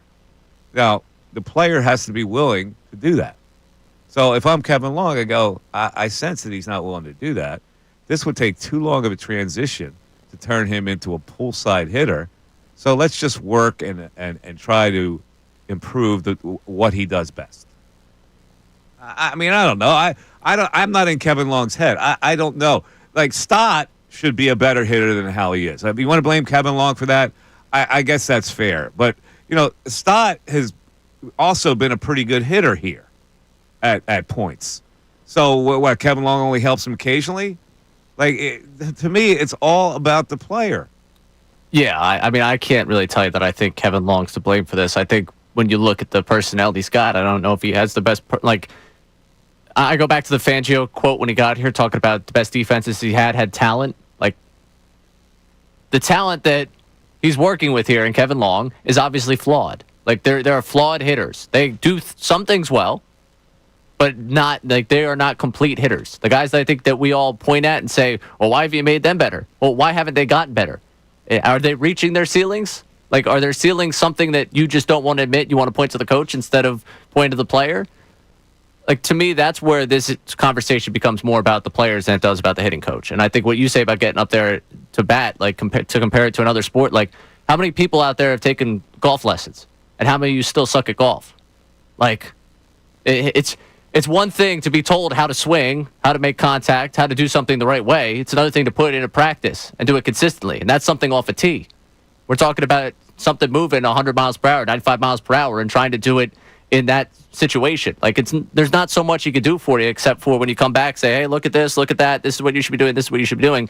You got to go up there with the swing thoughts and convert on it. Yeah, I don't know. Sometimes a different voice helps. I was saying yesterday, okay, maybe even the manager is not safe here if they need a different voice. Maybe they do need a different voice as a hitting coach. I don't know. But if your manager is saying he's the best hitting coach in baseball, he's not going anywhere. Right, I don't think he's going anywhere. And I also wonder, and I think I don't know if I talked to you about this or I forget who I had this conversation with. Maybe it was Ricky behind the scenes. If Kevin Long being here was tied to a Kyle Schwarber contract extension, how would this fan base feel? Because that's Schwarber's guy. Schwarber's credited him with kind of reinventing his career. Yeah. would the fan base be less likely to want to give Schwarber that extension if it meant that Kevin Long remained the hitting coach? He's Harper's guy too, isn't he? Yeah, I mean, he was the Nationals guy, so he was a lot of their guys. But Schwarber specifically, Schwarber going from a DFA guy to a guy who's probably going to get a massive contract coming up this offseason, he credits basically everything Long taught him into turning him to the hitter he is. But yeah, he's Harper, Turner, Schwarber. The veterans love him. Yeah. Now, a guy like Rojas, what are you going to do with him? What could you possibly do with him? If I'm a hitting coach, I go, yeah, what am I going to do with him? I'm going to tell him to bunt 3 times a game? I guess. Twice last night. I could do. You got it twice, Mike. It took an hour plus, but we can work it in now. 2 bunts from Rojas. I know you were celebrating at home. Yeah, he bunted in a sacrifice situation, which was good. But bunting for hits, maybe he should do a little more of. I don't know. But I look at the guy. I go, he's not a major league player. There's not much I could do with the guy who's not a major league player. Yeah, and how many times do you think he's told him, hey, that swing is way too long for what you're trying to accomplish here. We don't need you to swing like you're going to hit it 400 feet. See, that I blame the Phillies system for because they did not change him early on. I don't understand. That guy should be using his speed and shortening his swing. And I don't know. What did they see with him in the minor leagues? He was going to be some thrasher? They saw speed and defense. Yeah, okay. And I think they thought it was good development or something. They didn't see flaws in his hitting style?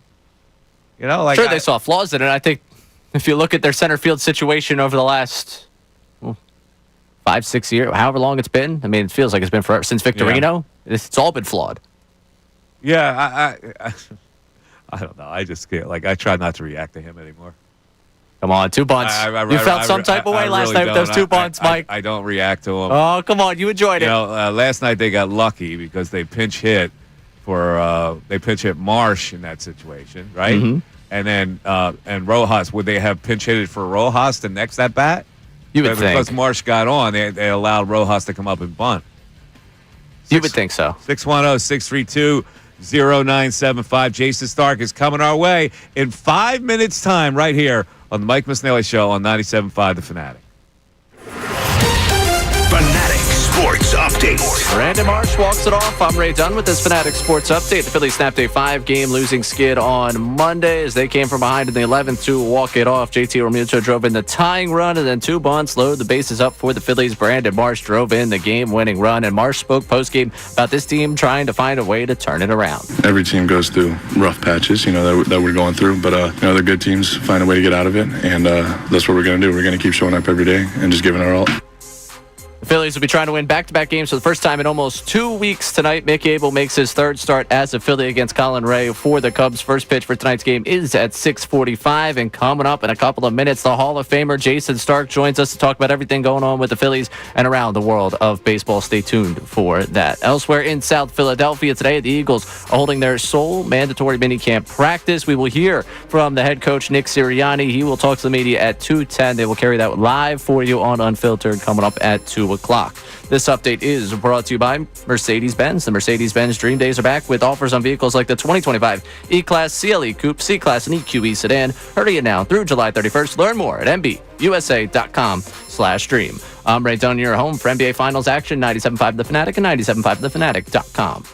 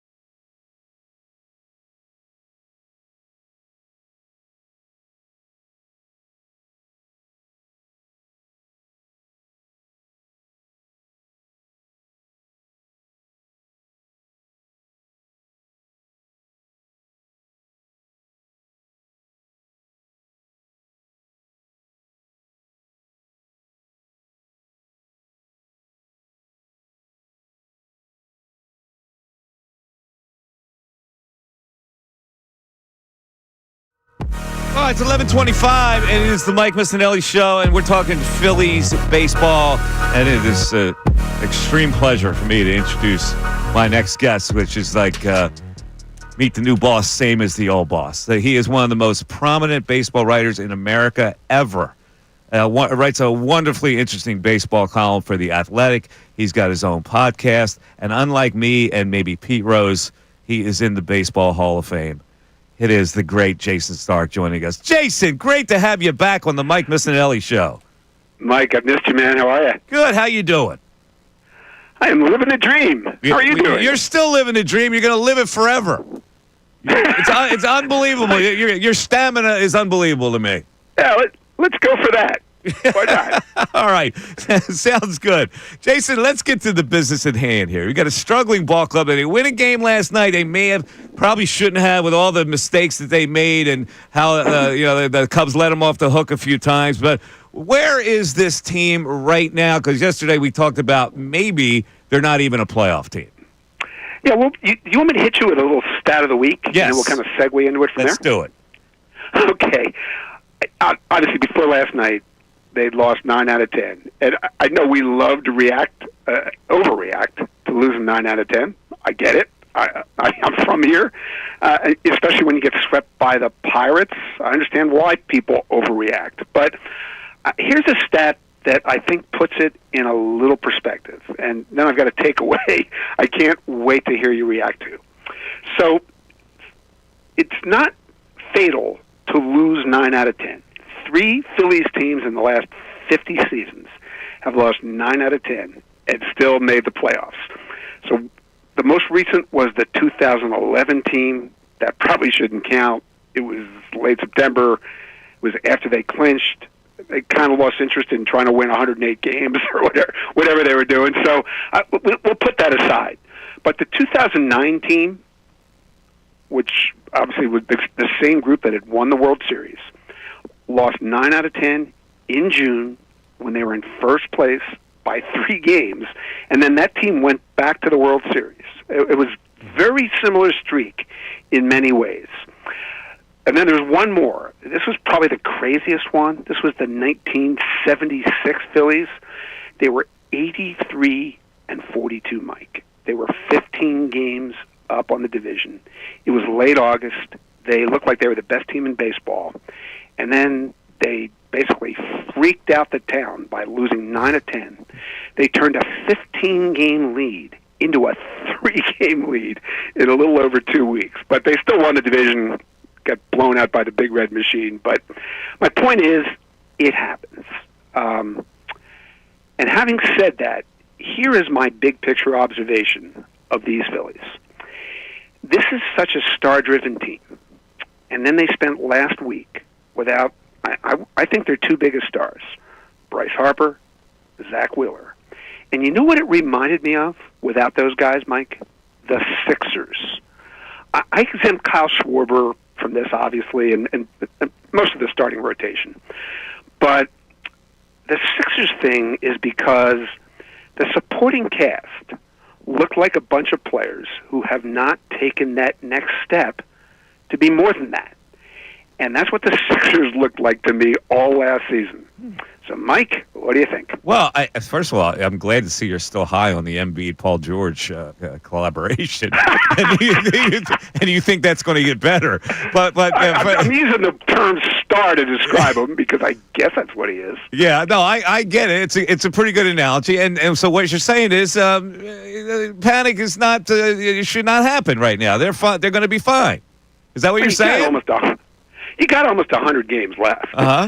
I think what we saw was another reminder this team isn't perfect. They don't hit the ball over the fence enough.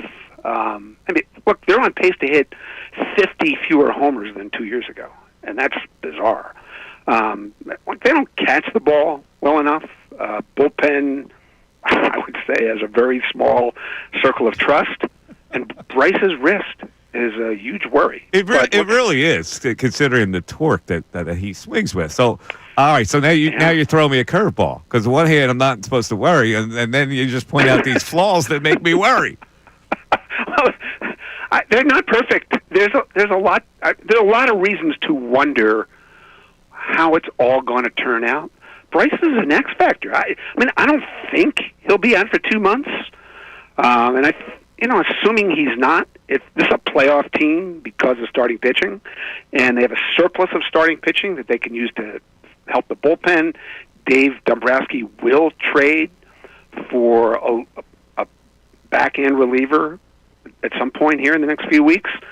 Like, all that's going to happen, but Bryce is such an X factor. You said it. I mean, the Tiger Woods swing is just something to worry about. Can he still let it fly like the Bryce Harper we've come to know and love? Yeah, it's a good point. All right, so we'll stay at bay for a little while, even though I wanted to bury Dave Dombrowski here because the flaws that exist now existed at the start of the season: the left field situation, the center field situation, the bullpen. But let's move on because you had a very interesting observation, and I believe you were the first one to suggest this, that Luzardo, who had hit a wall in his last 2 starts and got buried, was tipping his pitches. Now, tell me about the technology that detects this kind of thing. Yeah, I said this to Ricky and Connor last week. Ricky said he didn't like that answer, but just for background, this was a thing for Jesus Luzardo in Miami a couple years ago. It's obviously a thing again. I mean, if you look at the data, the stuff is the same, maybe not located as well, but I don't think it's because he's pitched too many innings. Pitchers with his kind of stuff, Mike, this is how I look at baseball now. They don't just have quote-unquote bad days. Not that bad. Yeah. I think both teams that he faced in those last 2 starts knew when the fastball was coming. 11 for 17 against the 4-seamer and the 2-seamer in those 2 starts. 11 for 17 against a guy throwing harder than he's thrown all year. That screams technology to me. And the technology is so good now that if a pitcher's doing anything different on one pitch than another pitch, these teams have AI algorithms that pick up on it instantly. And it's legal. As long as you don't relay that info during the game, like the Astros did with the trash cans, it's legal. It's one of the biggest things happening behind the scenes in modern baseball. And I think it happened to this guy. Was he just off? I don't think so. Were those lineups just hot? I doubt it. Wow. I don't know what else it can be. This is an amazing revelation. Now, are we talking about something like what he does with a glove, or how he cocks his head? Like what exactly are we talking about here? Yeah, it can be anything. Anything. It's often where he holds the glove. It's sometimes how he positions his hands in the glove. It can be like a posture thing. It can be very subtle. But that's what I'm saying is the human eye. You've had guys through the years who could pick up on this stuff. I mean, Carlos Beltran was legendary even before technology. Chase Utley was legendary. But now you've got AI. You've got technology where you can layer the video of one pitch over another pitch and see exactly how different the guy looks on the screen in front of you. Relay that to your hitters, and if he's not aware of it and he keeps doing it, they know what's coming. Wow. It happens all the time. That's unbelievable. All right, we talked about this yesterday, and you present. First of all, did you cover that 76 team that you were talking about? Lost No, again? it's before my time. Oh, it was before your time. I thought you may have been the beat writer then. No. All right, so well, then I lost my train. What was I talking about? Tom. Yeah, we talked about it yesterday about Rob Thompson. You presided over a team that made a managerial change like that because there was a malaise with a really star quality team. Rob Thompson's message, is it still good? Yeah, I don't get any sense Rob's in trouble. I don't see why he should be. I don't know if Rob Thompson is A.J. Hinch or Kevin Cash or Terry Francona, but he's been a good fit for this team. All he's done is win. I don't think this is this is the second coming of Dave firing Joe Girardi. He didn't like what he was seeing. Dave's always around, always, so he doesn't miss anything. But he totally believes in holding people accountable. So you should understand that if this season unravels, anything is possible. And look, Dave fired John Farrell in Boston after they'd made the playoffs 2 years in a row and got bounced quickly both years. Yeah. He fired Alan Trammell in Detroit, but that team was terrible. Back when he was with the Marlins, he fired a guy named John Bowles in midseason, but that was a long time ago. It was a very different situation. I just don't see where this is a parallel to any of that.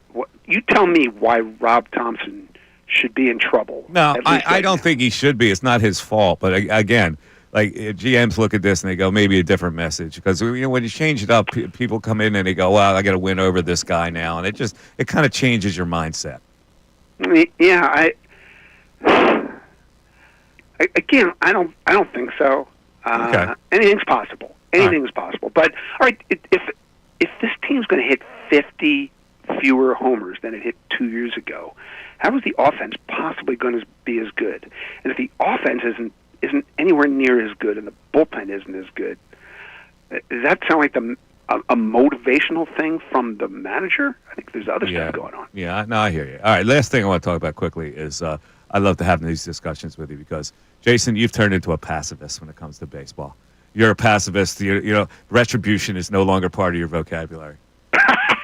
So let's take it back to when Spencer Strider rips into Bryce Harper, your best player, and puts him out for 6 games. Now, my notion at the time was Ozzie Albies is coming up that next inning, in the second inning, perfect spot, hitting 6th. The bottom of the order is coming up. That would have been the time for retribution. Is it a coincidence that subsequently the Phillies played with no boiled blood at all because they didn't get that retribution? Of course. It's just coincidence. You're living in a world that no longer exists in this sport. The age of retribution was a thing 20 years ago. Oh, I liked it, though. I liked 30 it. years ago. But it's not a thing now. And it could be a thing if it was a situation where they thought that Spencer Strider was clearly drilling Bryce on purpose. But it's a situation where that was as wild as I've ever seen Spencer Strider. But that's much trouble as he had. That's the point. He was just spraying the ball around all night. Bryce dives in. I mean, he just does. He crosses the plate, and he dives in. I get everybody pitches him like that. Yes, but that's the point. Everybody's going to try to pitch him inside. So if you try to pitch inside and you hit my man, well, then guess what? I don't like that. It's not going to change. All right. All right. When I become I feel you, man. When I become commissioner of baseball, it'll change. Really? How are you going to legislate it, Commissioner Missanelli? I don't know. I'll figure it out later. But I'm counting on your vote to get through the process. I don't have a vote, but sure. All right. Jason, always a pleasure. We'll look forward to this every week. Enjoyed it, my friend. Thanks. There he is, the great Jason Starr. And so I knew that's where he was going to go. I live in an age where and he's an old school guy. He's managed to progress. I have not. 610-632-0975. Mike Missanelli Show continues. ESPN's Adam Schefter. Dick's a pretty honest guy. You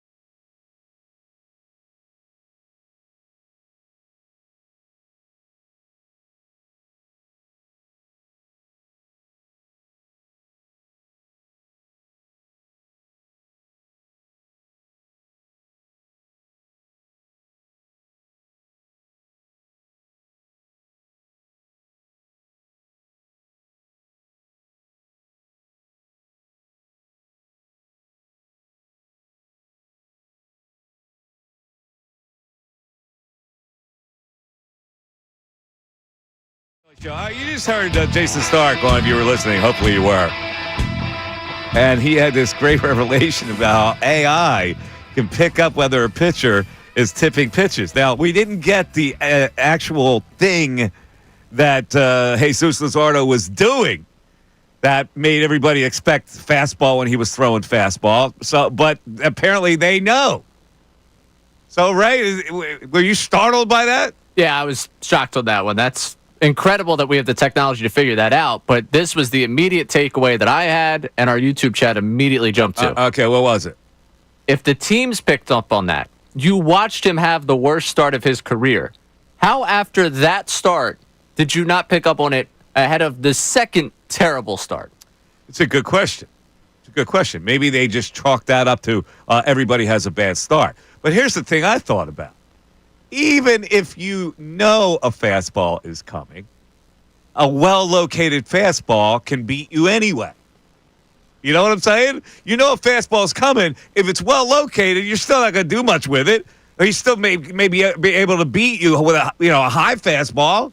He still might be able to beat you, but it does narrow down the level of options of what can come at you. It definitely does. If you're geared to hit a fastball and it's anywhere near the middle of the plate, you're probably going to hit it. Right. I'm not expecting that thing to break. Great. Let me go after where I think it's going to be located. Okay, well, we'll see. Now, this puts the pressure on the next start. It really does. Because if they've ironed it out, he's not tipping his pitch. Think about him. He didn't even know what he was doing. It's like swinging a golf club. The natural way you swing a golf club is the natural way you swing a golf club. You go back to fight or flight. You know, it's like, okay, now this is the way I throw it. Am I throwing it the same way where I'm tipping it off?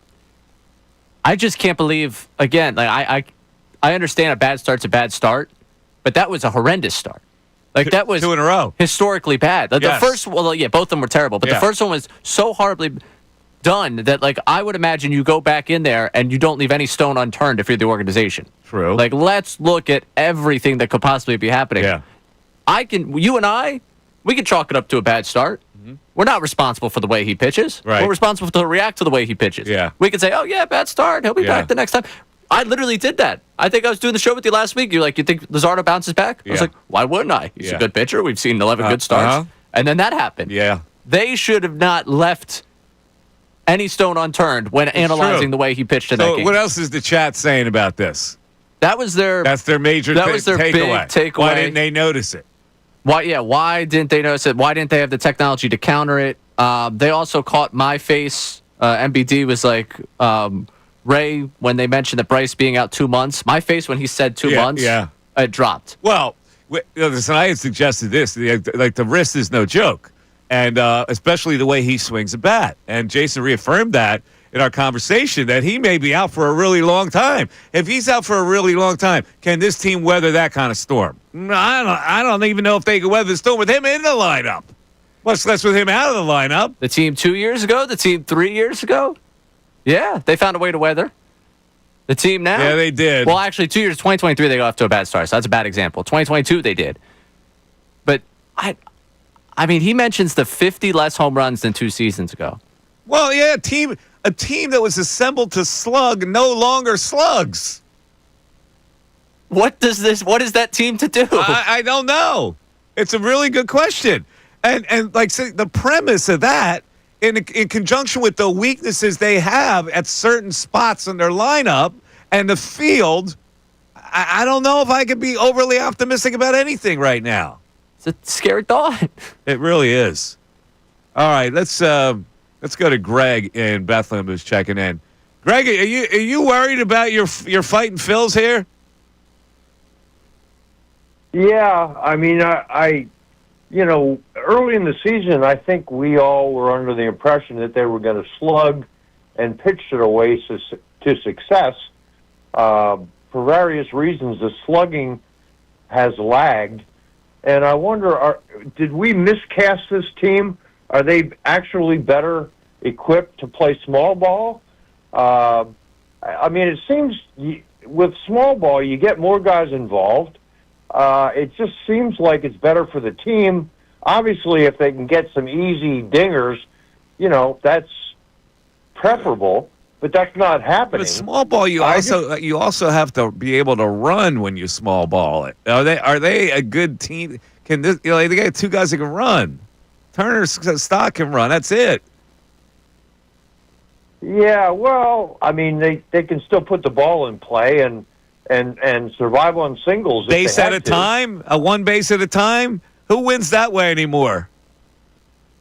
Well, it's not common, but it may be the Phillies' best answer right now. I think, personally, although I think you comment to the contrary, but I think that the players are pressing and they're overswinging and they're not making good contact. They play small ball. They make good contact. They work their way back, and maybe they can find the seats. I don't know. I don't know if they're overswinging. I think a lot of guys who should be hitting the ball out of the ballpark are trying to push the ball to right field. I watched Castellanos yesterday. He tries to push everything to right field. I don't understand it, why he can't just rear up and rip to the left side. Well, I agree with you. It's a question, why is it happening? But the fact is, it is happening. So, Well, you got Otto Kemp in your lineup now. Otto will be your regular third baseman for a while. Just think about this. Just think, if Bryce Harper is out for a month or two, Otto Kemp is your regular third baseman. Hell yeah. Well, if he performs like last night, I can live with that. He performed. Yeah. He had two dribblers. What do you mean perform? What did he do? Well, he got doused with Gatorade. He hit two balls 5 feet. Well, what is that, his second game? Yeah, I get it, but let's not get carried away with what he did. Well, I'm not saying he's Mickey Mantle, but, as far as Bryce goes, I mean, we can all hope that his wrist injury is just tendonitis and will improve with time. That it's not some arthritic thing because of his violent swing. Yeah. I mean, that's the only hope is it's tendonitis. Yeah, have they said have they said anything that it's tendonitis? What are they saying about it? I don't know what they're saying about Inflammation was what we got. Inflammation? Well, that would suggest tendonitis, but again, maybe there's a bone in there that's tweaked. The wrist is weird. They got like 50 little bones in there. 610-632-0975. Stand by because in a few minutes, the news at noon is coming your way. Don't go anywhere. Fanatic Sports Update. Brandon Marsh walks it off. I'm Ray Dunn with this Fanatic Sports Update. The Phillies snapped a 5-game losing skid on Monday night. They came from behind in the 11th to walk it off. JT Realmuto had the game-tying hit, and then 2 bunts put the Phillies in a bases-loaded situation for Brandon Marsh, where he drove in the game-winning run. Marsh spoke post-game about this team trying to find its way to turn this thing around. Every team goes through rough patches, that we're going through, but the good teams find a way to get out of it, and that's what we're going to do. We're going to keep showing up every day and just giving our all. Phillies will be trying to win back-to-back games for the first time in almost 2 weeks. Tonight, Mick Gable gets the ball for his third start as a Philly against Colin Ray for the Cubs. First pitch is at 6:45 at Citizens Bank Park. Earlier this hour, we had the Hall of Famer Jason Stark join us to talk about those Phillies. You catch that conversation one more time on our website, 975thefanatic.com. Down in South Philly today, Eagles holding their sole mandatory minicamp practice, as this is the final thing before they disperse ahead of training camp. We will hear from the head coach Nick Sirianni in the 2 o'clock hour. You'll be able to hear his press conference during Unfiltered. This update is brought to you by AAA Tire and Auto Service. Come to your local AAA Tire and Auto Service location and save $40 on any repair of $150 or more. Offer valid through June 30th. Details at AAA.com/mycar. I'm Ray Dunn, your home for the NBA Finals, 97.5 The Fanatic and 97.5thefanatic.com.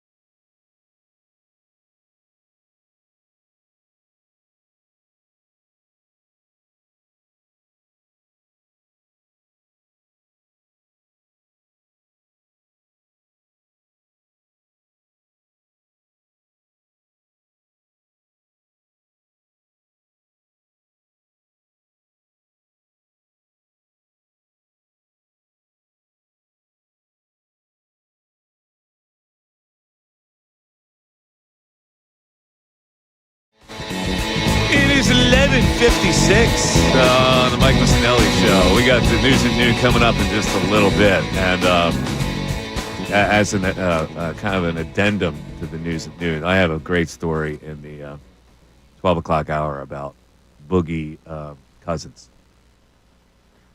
Is this the big three? Did you see this story?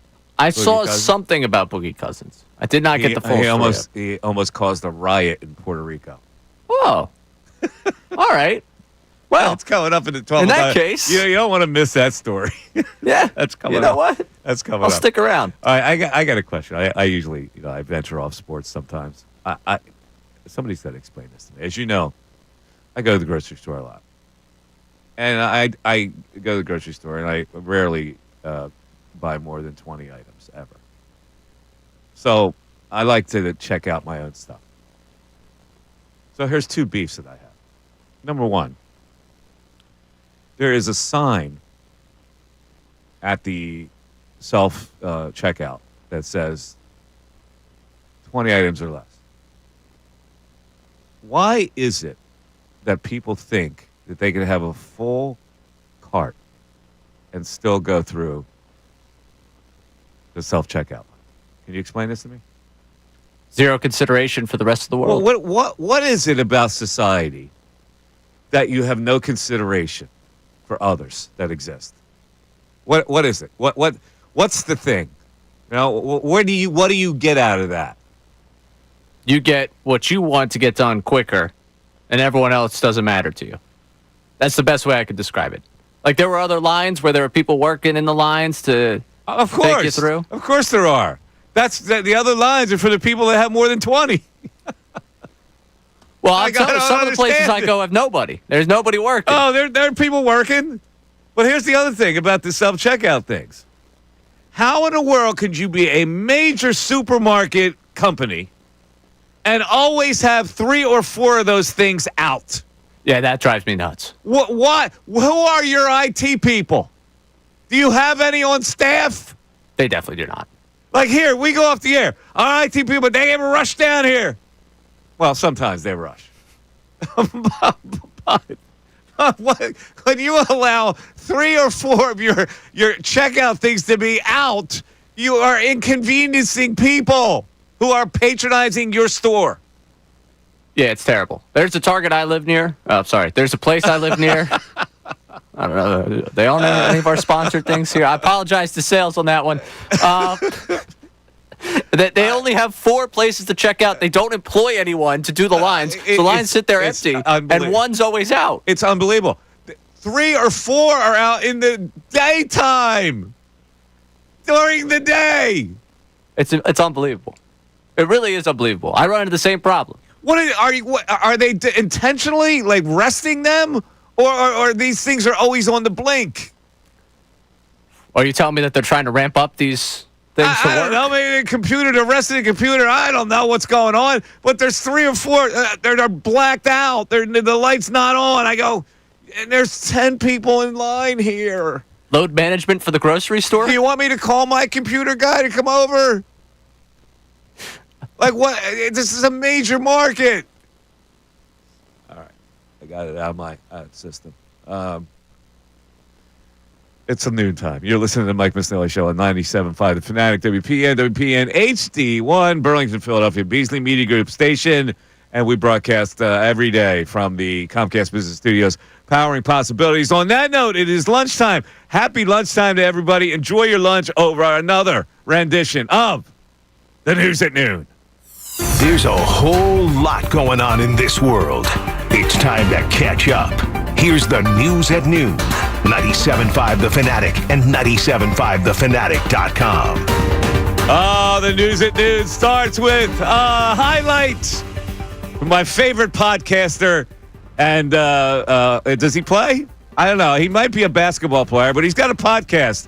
Podcast P. What do we got, Ray? Yeah, we got Podcast DNP here for you. Raymond Felton joined the show for a wide-ranging conversation with Paul George that included some great stories of one Michael Jordan and his ownership tenure with the Charlotte Bobcats, and specifically the one-on-one games that we've heard so much about. Here is Felton's recap of all that happened in those games? MJ as an owner is just how he is as a player, man. He was super competitive. He hated to lose. He came in the locker room many times and told us how he felt. The one moment I'm going to take from that, man, was it was me, him, Jeff McGinnis, Jerome Wallace, Jing Rich. We played one-on-one against MJ. And when I tell you he was frying us. Still had it, huh? Man, he was frying us, bro. And was talking crazy to us, too, man. Speaking of these games, he had to have walked away with some L's, right? Like, he wasn't just winning. I mean, he scored on them, but he won the game. So he was winning the games. Yeah, he was winning. Was he doing like the same moves? Same post-up, fade away, anything you want. He still was doing it at that age. Just crazy. Huh. So Michael Jordan had to be 50. Right? Yeah, we're looking at like the 06-07 timeline here of when this would have happened. So Michael Jordan at that time would have been 42? All right. 43? Yeah, so not 50. One-on-one, I can see what you're doing, those fadeaways against somebody who's in a one-on-one situation. I can believe that he was busting him. I mean, you're talking about like, a man who had the supreme medium-range skills of anybody on Earth, right? So you can back somebody down. You're not getting no help defense, fall away, boom. You know? Just how demoralizing is it for you as a guy like Felton was? Let's look at it this way. Felton didn't have 1/10 the talent of Michael Jordan. Correct. Right? So at age 42, if there's a supreme talent playing one-on-one where you don't have to go up and down the floor, you're not getting tired, whatever, you're going to bust people. Just to say that Michael Jordan didn't lose one of those games. That probably shows you a little bit Michael Jordan, the executive, wasn't bringing in the correct guys for his team if he was beating everyone. There's no way that he would allow anybody to win. Probably he would cheat to win. Like he would foul you, and no, he wouldn't relent. Like you couldn't call a foul, Michael Jordan, could you? No. One-on-one game. Do you also? I don't say throw the game, but do you also? No, you try to beat his ass. Do you? Yes. I want that contract extension. You try to beat his ass. You think he's going to hold a grudge against you if you beat his ass?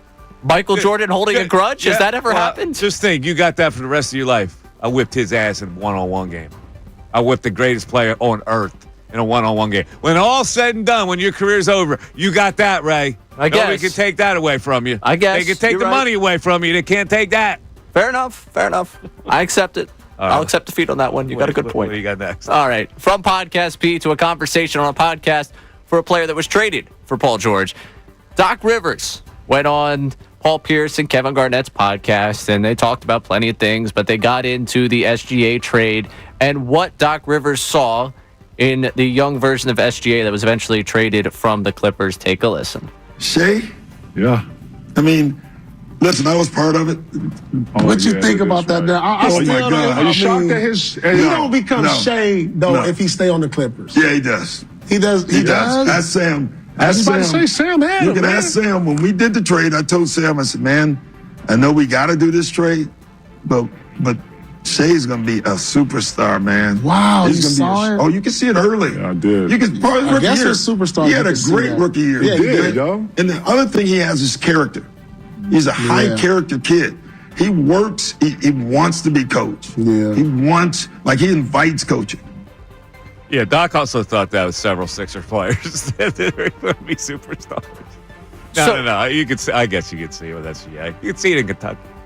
Yeah, but my question to you is, if you saw it, why mortgage the future for Paul George? 6 first-round picks and the guy that you thought was going to be a superstar? Because Paul George at the time was, great player. I guess. I don't know. Maybe I have Rivers fatigue. Like, I'm not a big Doc Rivers guy. I think that's been well covered on this program. You hate him. Yeah, I'm not a big Rivers guy. It just is crazy to me how the guy is somehow on the right side of history every time. Like, you don't know basketball. Everyone else doesn't know what's happening.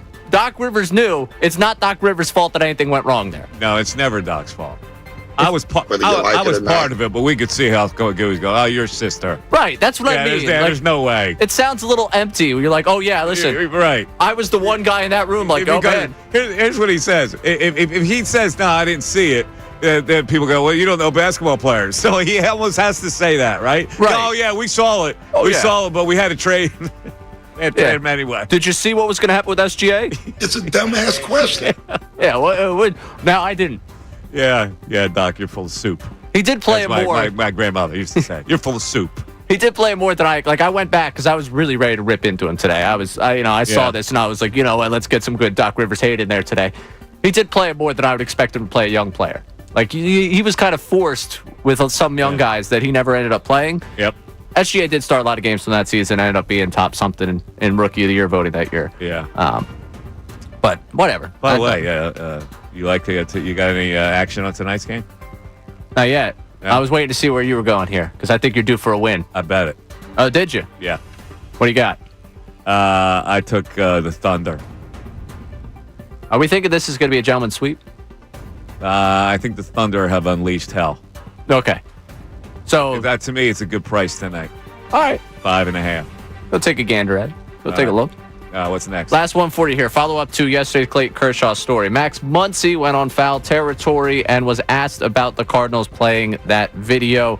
If you missed it, Cardinals played Matt Adams' 2014 postseason home run off of Clayton Kershaw. And Ray was all about it. Kershaw called it Bush League. How could they do that to me? Ray was all about it. Play it, man. Get the crowd pumped up. The Hall of Fame player. We'll disrespect him, no problem. 10 years Max ago. Muncy went on foul territory. What did Max say? It's kind of been a recurrent thing we've seen with some teams. They keep trying to play troll videos like that, and I don't necessarily know that was the case. I think it was more so just celebrating a moment of Cardinals history for them. But when you're opposing team and that's the video that's popping up, it does feel like they're trolling you, and it does seem to keep happening to Kersh. But at the same time, when you're one of the greatest pitchers of all time and you've been pitching in this league for 18 years as he has, and you've gotten all the accomplishments, then teams want to kind of take advantage of that, and it never seems to work out well for them, but they keep doing it.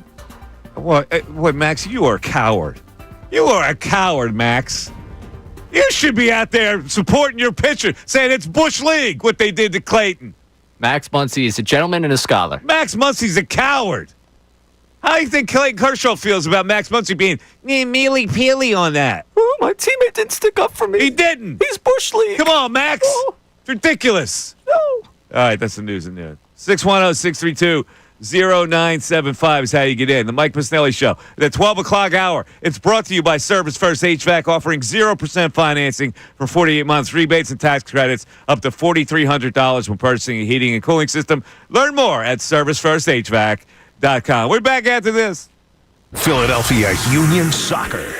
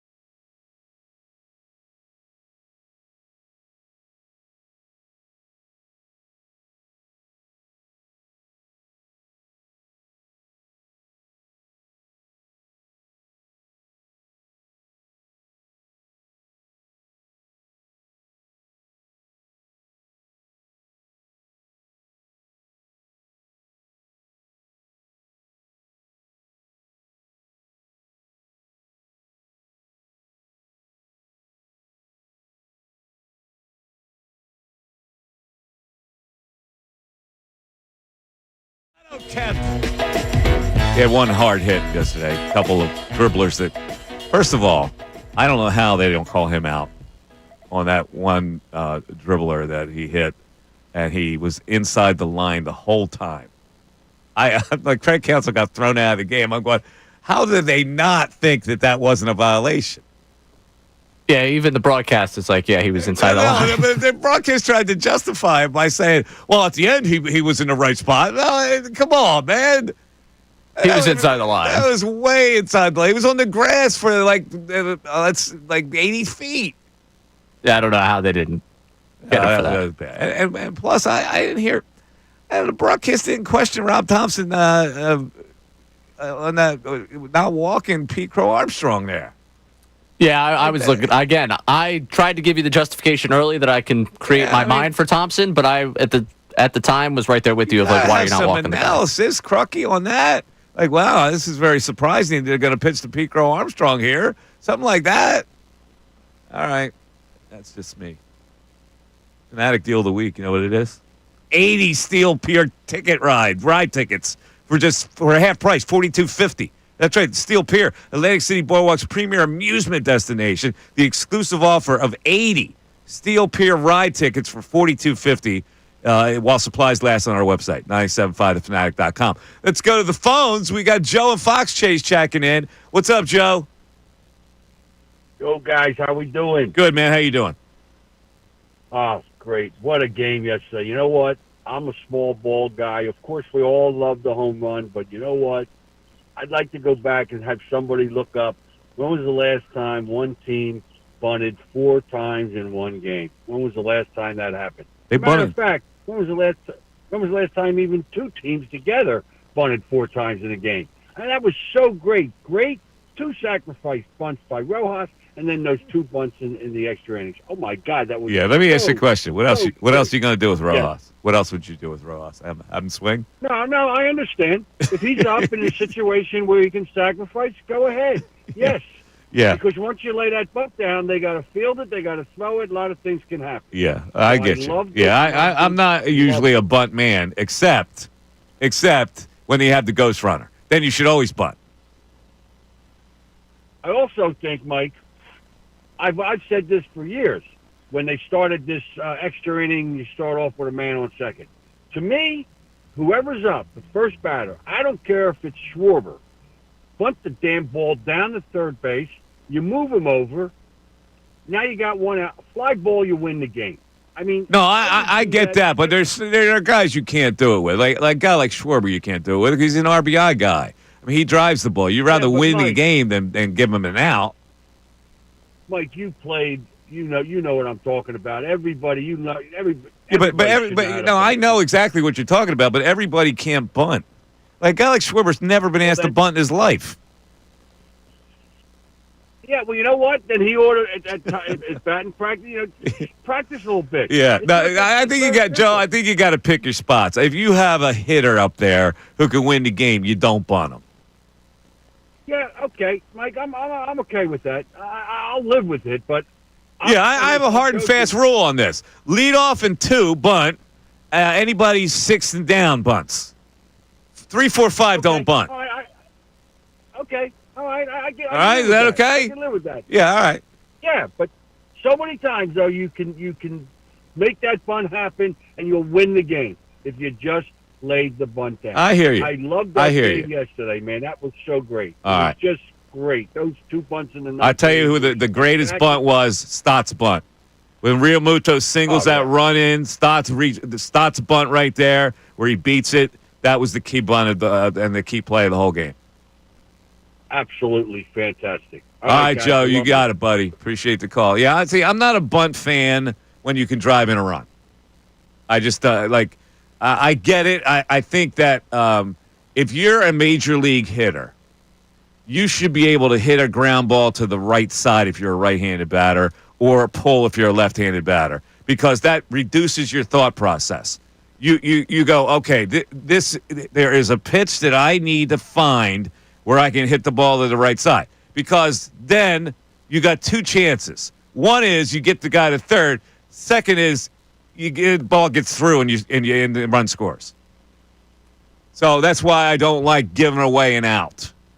No, I'm right there with you. I tweeted out last night that the old folks were loving this one when they got the back-to-back bunts. Unless you struggle on the bottom of your order, you don't have a lot of faith that can do that, then you get them to third base. That's why I say 6, 7, 8, 9 on this Phillies team. That's where you should be butting that guy over because that gives you an advantage. You got one out, but the infield is in, and that increases your chances for a hit. So fly ball, hard ground ball gets through, you win. My adjustment to that one would be 1 through 5 because I don't think I'm taking the bat out of Turner's hands. Or I guess Harper would technically be 2. Yeah, but see, Turner can bunt. So I hear you. It's iffy when Turner's your 2-hitter. We're together on the bottom of the order. All right, so I don't need to see any of them. Leadoff guy and 6 down. If Stott's the leadoff guy, yeah, absolutely. Okay. So if Turner's a leadoff guy, you're not bunting. Not bunting. Okay. It's fair. You have faith in Turner. I do. Okay.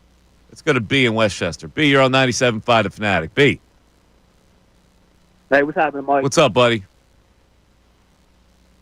I guarantee you the last caller has got to be a baseball old-timer. Yeah, I'm sure he is. We're all loving the bunts. He loves the bunts, and I'll tell you what he doesn't love. He doesn't love the way they walk in the NBA or palm. Yeah. Right? All right? Exactly right. Exactly right. Oh, they're palming.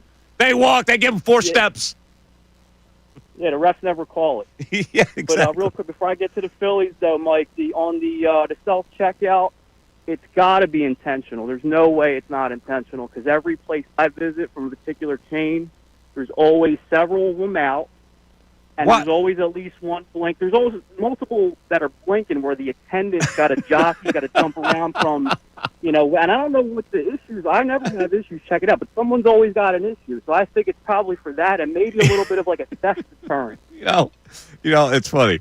Why would it be intentional though? Well, because they got the attendant. Where the place you're at, isn't there an attendant kind of monitoring that general area? Yeah. And I didn't want to name the grocery store, but people know that I shop at Giant.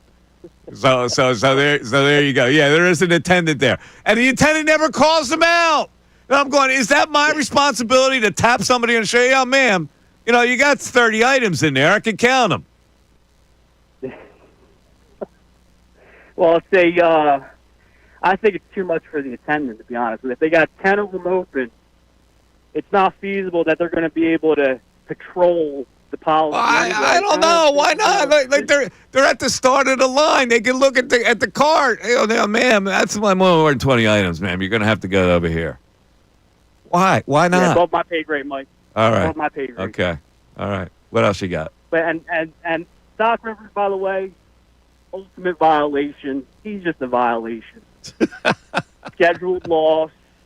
Treasurer Ben Simmons. He's to what NBA coaches are, to what Daryl Morey is to GMs. You don't know basketball. Our squad has both of them. Whether you like it or not. Yeah, but on the Phillies, Mike, like what I don't understand is why are we conning ourselves into thinking this is a World Series team? Like, haven't we learned anything from the last 2 playoff exits? You're hoping. You're hoping. They had the shell of a good team, right? So you go, okay, maybe with a better pitching staff, they can win it this year. I don't know. But I looked at it and I go, this left field situation, this center field situation, this bullpen situation, it's not the mark of a contender. Now, again, he can make some moves here, and we'll reassess. 610-632-0975. Mike Missanelli Show continues. Fanatic Sports Update. Brandon Marsh walks it off. I'm Ray Dunn with this Fanatic Sports Update. The Phillies snapped a 5-game losing skid on Monday night as they came from behind in the 11th to walk it off. JT Realmuto drove in the tying run, and then 2 bunts loaded up the bases for the Phils. Brandon Marsh drove home the game-winning run. Marsh spoke post-game about this team trying to find its way and turn it around. Every team goes through rough patches, that we're going through, but the good teams find a way to get out of it, and that's what we're going to do. We're going to keep showing up every day and just giving our all.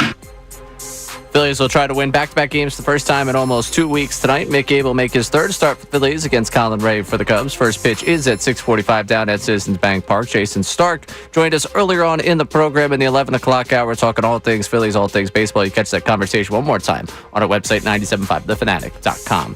The Eagles held their sole mandatory minicamp practice today, and they will have a chance to address the media. Nick Sirianni talking in the 2 o'clock hour during Unfiltered, so you'll be able to hear Ricky Batalco and Bill Color's reaction to that one. This update is brought to you by WhatsApp. On WhatsApp, your personal messages stay private because your personal messages are yours. No one else can see or hear them, not even WhatsApp. WhatsApp, message privately with everyone. I'm Brady on your home for NBA Finals action, 97.5 The Fanatic, 97.5thefanatic.com.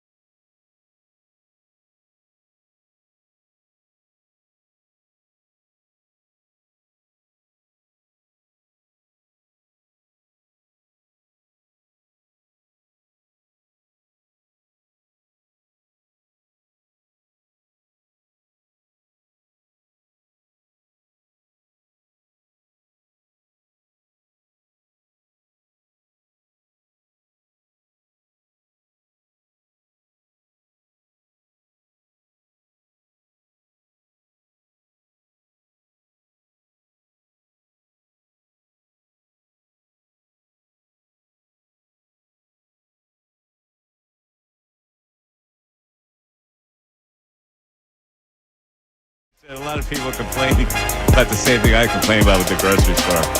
We'll get back to some Phillies issues. But I don't understand. Like, there is a proctor there, right? There's a proctor that stands there. There's a line. You get into the self-checkout thing, it's kind of boxed off. Like, why can't the proctor say, I'm not so sure that's 20 items or less. I think that maybe you should try the other lines. Like, I understand that you're like a customer might not like that, and maybe you risk you're not going to lose a customer. People go to their neighborhood grocery store, for crying out loud. What are they going to do? Boycott your grocery store? It's the closest one to you. They're not going to not go anymore. He told me I had 30 items and I couldn't go into 20 and under. I don't get it. You're inconveniencing other people who have less items. Like for me, I'm always that guy. Like I haven't been in a grocery store line with a full cart of groceries in, I don't know, 30 years. Like I'm an express lane guy. Yeah, I'm only picking up food for the next 3 days. Yeah, I don't even pick up for 3 days. I go nightly. Like today, wow. I feel like cooking this. I'll go to a store and I'll get a couple items. Yeah, I can't remember a time where I've had more than 20 items. Because I don't know. I know when I shop, I go, okay, this is. I never know what's going to happen. And I'll buy 2-for-1s when I just for the sake of buying a 2-for-1.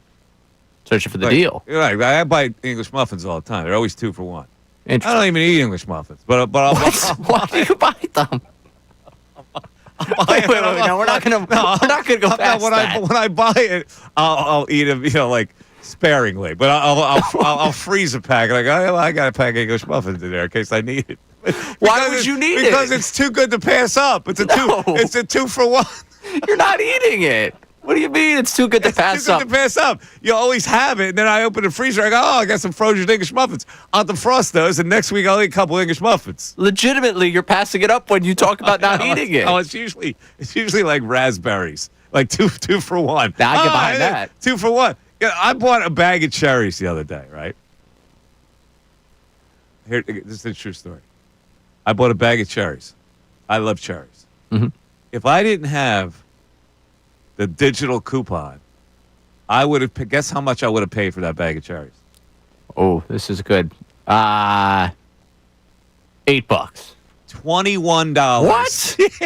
Yes. $21. See, I've never bought a bag of cherries because they pack them in like 2.5-pound bags, right? Jeez. So and you go there, they're like $8 a pound. The cherry, unless you have the digital coupon. The digital coupon knocks it down to like $2.99 a pound. Jeez. Wait. They can knock it down all the way to $2.99 a pound? Yeah, but you have to get the digital coupon. So you got to download the digital coupon. Well, we got to download the digital coupon. Why don't you just make it more affordable? Cherries are expensive. I don't know. I don't know why they do it that way. I swear to God, expensive. It came out on the checkout thing. It came out $21.30, and then it minuses it out. I love that. You get to the end. You saved. Yes. I just spent my entire life savings on food here. What do you mean I saved $100? I'm a cherry fanatic. And they're terrible to digest. They constipate you. Oh, really? Yes. See, I'm a sucker for them now. I'll eat a whole bag. I'm not much of a cherriesman. I won't go for 3 days because they're cherries. It's ridiculous. Thank you for the information. No, but they're so good. They're so crisp. All right. Is that the secret to a long radio career? Seriously, after I ate a bag of cherries, I got to take 2 fiber pills. Real big, 2 Metamucils. There we go, down the hatch. That why we're never worried about you coming back for breaks? Just cherries all week? No, fiber pills on the weekend? I'm all stopped up. I don't know. How do I get on this? So people on the text board they're commiserating with the what are they saying, right?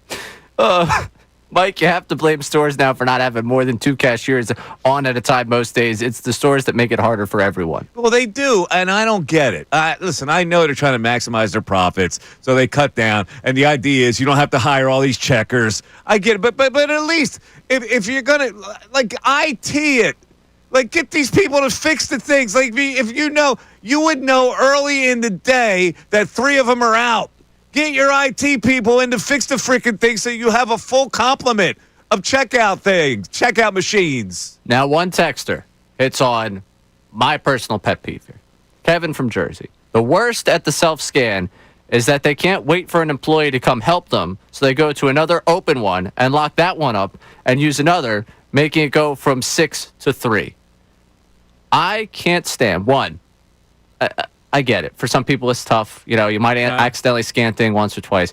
There's some people that are like, if you mess up twice on the self-scan, you deserve to just go to the line where there's someone that's scanning it for you, because you're really clogging. How do you mess up on the self-scan? Yeah, you scan it twice, and then you got to hit the help because they got to come in and put it in store mode and take your one off. I didn't think it was possible to scan it twice. Oh, trust me. The people at this store that I go to around me, I've watched a lot of help be needed and help not there, so they got to walk across the store and take care of them. But there are the people that will screw up and like, all right, yeah, I'll just move over to a different one. And then one is in the middle of a transaction that no one's going to complete. The store doesn't know about it. And now they've taken up another one, and you've cut, where I am, it's only 4. So you've cut in half the number of open ones for the rest of us waiting in line. Right. I got you. They're very selfish, very frustrating. This is that I ran into the other day. They had mini watermelons on sale. I'm one guy. I get a mini watermelon. I don't have any use for big watermelons. So Makes sense. The mini watermelon with a digital coupon is like $3.99. The other watermelon is like $7. All right. Right. So I put the watermelon on the thing. This item needs approval. I'm going, like, well, why would it need approval? And then I realized that some people would try to cheat their ass off and put the big watermelon in there and get the mini watermelon price. Not advocating at all for people to do that. I want to be very clear. I'm not advocating for you to cheat your local stores on it. Can't do it. Kind of it's flagged. Well, it was a bright play there for a little while for people. It's flagged, though. So now the thing rings and people turn their heads like, what's he trying to cheat with? Right? Come on, man. I'm just trying to get a mini watermelon. Get the picture of Mike Miss trying to steal from his local store. Yeah, it's like it's ridiculous. See that story hit the blogs. Man. The only thing I steal are paper bags. We had and the 10 cents. Dawood. I'm entitled to go to save 10 cents every time I go. Dawood checked in with us. What is it? How are you snitching and steal bags at the same time? Well, that's the thing. I would feel like a snitch if I can't possibly go to the proctor and go, yeah, that lady over there, she got more than 20 items. You know. Mm-hmm. Come on, man. Let's go. Let's pay attention here. Also, the YouTube chat taking a lot of issue with your discussion on cherries. One, some people TMI, but also some people are saying that it performs the opposite. And if the cherries are doing that to you, that's a bigger question for you. No, the cherries don't no. Cherries block you up. Cherries do not make you go. I'm not a doctor. Not going to play along radio here for you.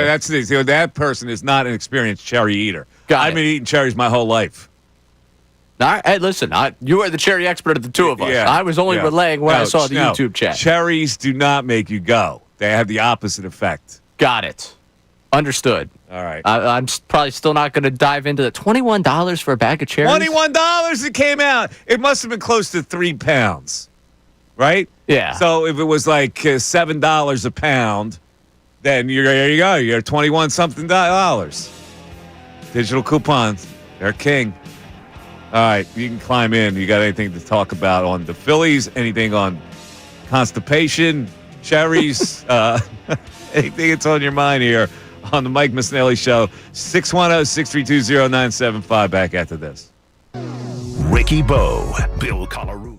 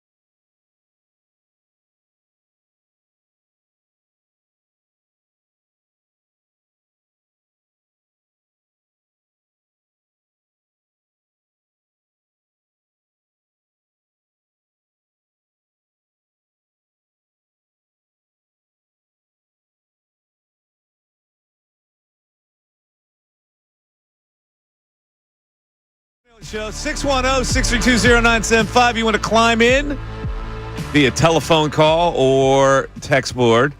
We got the chat also going on. I promised to tell you this story a little bit earlier in the program. DeMarcus Cousins, former NBA All-Star, four-time NBA All-Star, is now playing in Puerto Rico. He plays for Mets de Guaynabo in the Baloncesto Superior Nacional. And so a Monday road game against Vaqueros de Bayamón at the Coliseo Rubén Rodríguez. See? A fan was taunting Boogie Cousins, doing a crying gesture towards Cousins. Cousins didn't like that much. He went over to the fan in front of him, and he grabbed his crotch. Oh. So he gave him the old crotch grab. And then the fan, at the crotch grab, flips him the double bird. Wow. Cousins then grabs the fan's arm, leading to one of his teammates coming over to him, and a fan in a pink shirt standing up and pointing towards Boogie Cousins. The ex-Kentucky standout, shrugged his arms toward the fan in pink, drawing his arm back in a striking pose before the first fan got back up and seemed to flip off Cousins again. Cousins ultimately earned the boot from the game and flexed on his way towards the locker room like this, when one fan reached over the railing to flip him off in the walkway towards the bowels of the arena.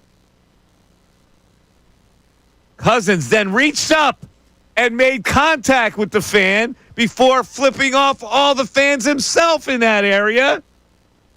Then that fan threw his beer at Cousins, which set off a chain of other fans throwing beer towards Cousins. Oh, God. He got hit with a barrage of thrown beer as he was walking towards the tunnel. See, you can't play in Puerto Rico, man. Police officers had to come out and hold Cousins back, and they actually tackled him to the ground, but he then stood up and faced another wave of drinks and objects being thrown his way. Mayhem! Is that your biggest takeaway from this one? What? What's my biggest takeaway? So you can't play in Puerto Rico? No, I'm saying you can't mess around in Puerto Rico. You can't mess around. You can't talk to fans in Puerto Rico. Come on, man. Yeah, I mean, the grab while you're being taunted and then kind of standing over the fan needs to relax with the double bird. Well, the pink shirt fan also coming like 5 rows up to start dialogue here. Who are you? Sit down, buddy. No, listen, man. Fans' behavior I'm not condoning here. But when you can't play around, there's not the same security at these games that there is in NBA games. No. I also don't think fans can get carried away in Puerto Rico. Do we think in the NBA he's doing the grab right there in front of the fan in the front row? I don't know. Maybe he is. He's kind of crazy. But my point is, man, if you tease these kind of fans, they're like, this is a night out for them. You know, the Puerto Rican League, it's a night out. They can get crazy. They can get tweaked. Yeah, this is the same. When you go to a baseball game, they get the horns. They get the horns out. This is a different type of fan, bro. I mean, yeah, he did not do his best to de-escalate that one. Man, this crotch grab. You see the picture of that? Oh, I just watched the video. Oh my of it. God! Yeah, he's got a full handful, and he's right in front of the guy's face. Oh my God, dude, come on, man. Oh, that's crazy. All right, let's get back to the phones. Kalai in Wilmington checking in. What's up, Kalai? Double M, how you doing, brother? How you doing? I'm all right, man. I'm out doing my thing. Good for you. What's going on with you today? Yeah. You got any movies you starring in? Any commercials? I got nothing lined up right now. I'm taking a little break. Okay. But you know what really eats my apples? What's that? Wow, I just sounded like Larry David or something. Like I'm going to yell at the deer to get off my yard. It eats my apples. Yeah, but you brought up a thing, and I love this about you. You bring up side topics, and you don't let it go because you're like Larry David. I am like Larry David in a lot of ways. having to flip the script on this one, and I hate that term, but it works. Being on the road in my, I work in entertainment, and then I'm never home, so I have nothing in the fridge. Mm-hmm. So I find myself at like 11 p.m. at the Acme, as we say in Hawaii. Yeah. And I look around, and it's like 4 other guys my age. Just what do you get? You're grabbing a frozen pizza? Is that what you're doing? Generally a frozen pizza. Son of a gun. I got you. Generally a frozen pizza, and I'm trying to figure out which one is cheaper or better. But this time, I'm going to say a bag of frozen ravioli. So I go to the checkout line, the only one that's open out of the 12. And I get there at the same time with somebody who has a shopping cart overflowing for like a family of 17 for the next month. Well, and we just look at each other. See, that's your peril. See, Kalai, I got to call a violation on you. Because at 11 o'clock, they can shut down. They can rest all the machines then because nobody's coming in. So let's say 7 p.m. Well, 7 p.m. is a violation. That's a violation. 11 o'clock's not. So the violation here is against the person who has about an hour to check through, and they look at me, and I have a bag of frozen ravioli. And they don't let you through. And they go through first. Yeah, that is rude. That's a lack of consideration. That's what the society is. It has a lack of consideration. Well, let me ask you a question. Yes. Was there a checker working at 11 o'clock? 11 o'clock was a little late. See, they don't have a checker, and they shut down most of the machines. So there's no checker. There's no checker. No, that's what I'm saying. No checker. So you got to bite the bullet. That's your peril at 11 o'clock. I'm talking about 2 o'clock in the afternoon. I go into a grocery store right after this show. Three or 4 of the things are down. Why? How could that be possible? That is a fine point. I was just on the opposite side of things. I get you. I used to be a chef, and I used to have 2 shopping carts. And if somebody was coming up, and I'd like, I do the same thing. I do the same thing. I got 4 items, ma'am. Would you like to go through?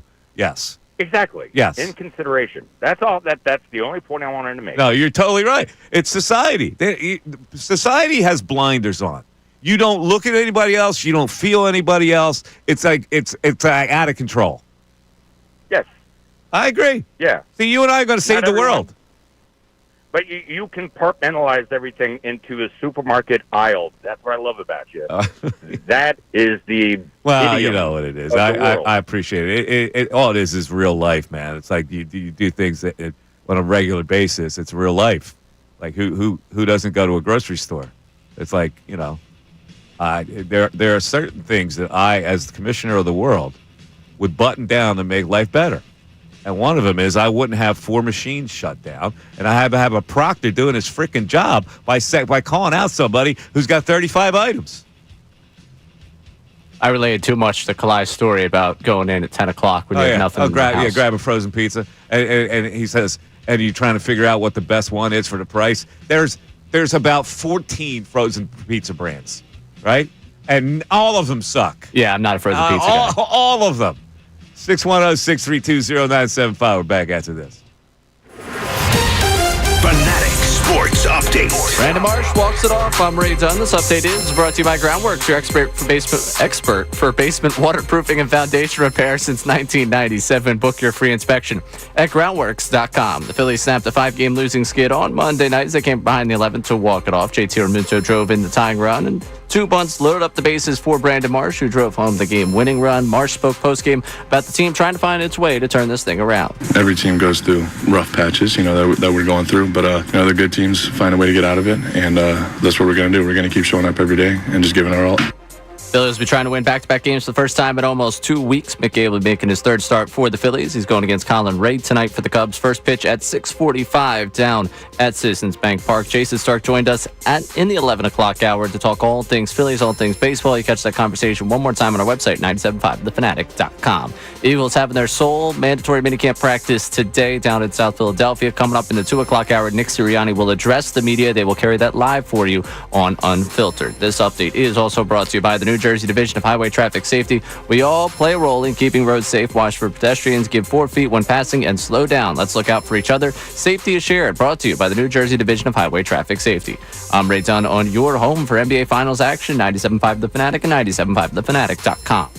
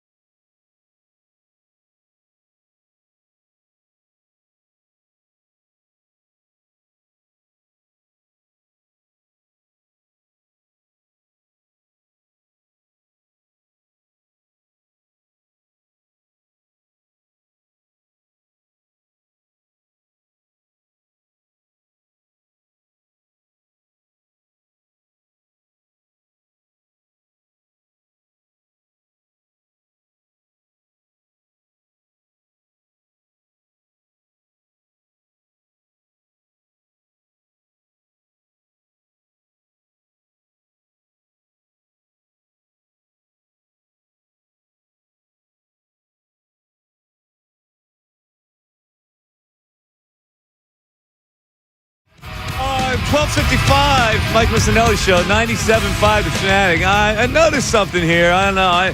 My brain is getting ahead of me, but we're going to explore this in a second here. Now, the good news about last night, Brandon Marsh and his long, wet hair and bushy beard won a game last night. The bad news is it lessens the chance of Justin Crawford coming up as the starting center fielder. It's like a stay from the governor. All of a sudden, my man gets a game-winning hit. Now we don't think about the center field problem anymore. But unbeknownst to me, and I find out now, Justin Crawford has missed 3 games in AAA after being removed from a game last week with a quadricep strain. So they could have called him up anyway. Thompson, however, addressed it. They said it was mild, but they're just being precautious right now. I don't think it's going to be long. Now, why would Rob Thompson be giving the update about Justin Crawford unless maybe within the corporate offices it was talked about that maybe my man deserves a promotion, right? What do you think? Am I reading too much into that? Well, I'll tell you what I was reading too much into. Rojas bunted twice last night. The man's been trying to hit a home run every time he swings for the last few months. All of a sudden, he bunts twice. So the alarm has been set through the Phillies clubhouse to the center fielders. Either buck up or be out. Yeah, figure it out, or someone else will figure it out for you at this level, and you can enjoy the best that the pigs have to offer. They said it was mild, but they're just being precautious right now? Is that the right word? Or is it they're just being cautious? They're just being precautious. What's the right usage? Wouldn't precautious be the right word? Precautious or cautious? Let me see. Precautious is, the definition of precautious is, let's see, I'm going to Merriam-Webster. Merriam-Webster says, it's precautious. Where is it, damn it? All right, so... What is it? What's the definition of precautious? I just looked up cautious versus precautious here. So precautious implies action taken before something actually happens. A person is being cautious, is being careful, especially in general or during a dangerous situation. So precautious is anticipating something negative and doing something to prepare so it doesn't happen. Cautious is being careful during the situation. So I guess this is during the quad being bothered, so that would make them being cautious. Precautious behavior is similar to cautiousness, but it implies a more active and proactive approach to safety. So the Canadian had it right. Did he have it right? Precautious behavior implies a more active and proactive approach to safety. So they're being more active and proactive to being safe with Justin Crawford. This is why I went into radio. I would have never cut it as a journalist. The words just don't make sense to me. Well, I think you can actually use either word, and it would imply the same thing. All right, well, then you're my editor going forward. All right. I don't know how to use the two. In any event, that's what I'm feeling about that. So Justin Crawford has a quadricep problem. So there you go, Brad. Relax. Take it Brad easy. Marsh? Brandon. I'm sorry, Brandon. Brandon, take it easy. Johan. Rojas is just like, I look at him and I go, I don't know what I'm going into self-examination about what about him that bugs me so much. Are you? I don't know what. Yeah, I am. I'm out of line. Could we get a book report tomorrow? Listen, I don't think he's a major league player, but like he bugs me. His mannerisms bug me. Oh, I've been here. I know. Oh, I'm aware. Really, I don't know why. Like he seems like a nice enough, humble kid, right? But he's got some like cocky look about him that rubs me the wrong way. The best way I've heard you summarize it in our working together is that he acts with the swagger he hasn't earned yet. Yes, he does, doesn't he? I'm fine with the guy. When he catches a fly ball, he acts like a swagger. It's like a routine catch. Like they need a little swagger. Some of these guys are boring. I am. I'm Willie Mays. I don't get it. Some of these guys bore me, you know? And he doesn't? Well, if we're talking about getting hits, yeah, it's a little boring to watch him do that. But when he catches the ball, I could take a little swagger. I've always had a problem with looking at guys that I don't think belong in the major leagues. Probably because I didn't belong in the major leagues. So it's like self-loathing. It's 1 o'clock. It's the Mike Missanelli Show, and you're listening to WPEN HD1, Burlington, Philadelphia, Beasley Media Group Station, broadcasting live from the Comcast Business Studio, powering possibilities. All right, let's go back to the phones to start the 1 o'clock hour, and we'll go to Chuck in South Jersey. Chuck, you're on 97.5 The Fanatic. What's up, Chucky? Hey, how you doing? Good, Chuck. Yeah, I definitely hear what you're saying about Rojas. It just, he has like an attitude like better like than he is. And I like Rojas, I root for him. Yeah, I don't root for him. But like I look at him in the dugout, right? Like he thinks he's one of them. You know, I guess he is. Yeah, I guess he is. But it's like, dude, you're on the outside of the fence. You know, and like somehow you think you belong. Like I don't know. It's weird. It's a weird reaction I have with him. Yeah, I don't know what to do with this about the team though. Like I like this film. They're not great. I don't think this team is really going to do anything. I like what their options are for it. I'm at the point where. You know what? Hold on a second, Chuck. A big contract. Chuck, hold on a second. You're in a bad spot. It looks like. I'm going to put you on hold here, so we can clear you up there because you were fading in and out, and I want you to get the full Monty here. So let's go to Greg in Lehigh Valley. Greg, you're on 97.5 The Fanatic. What's up, Greg? Hey, Mike. Mike, it's always a pleasure to talk to you because you get right to the point. You make some sense.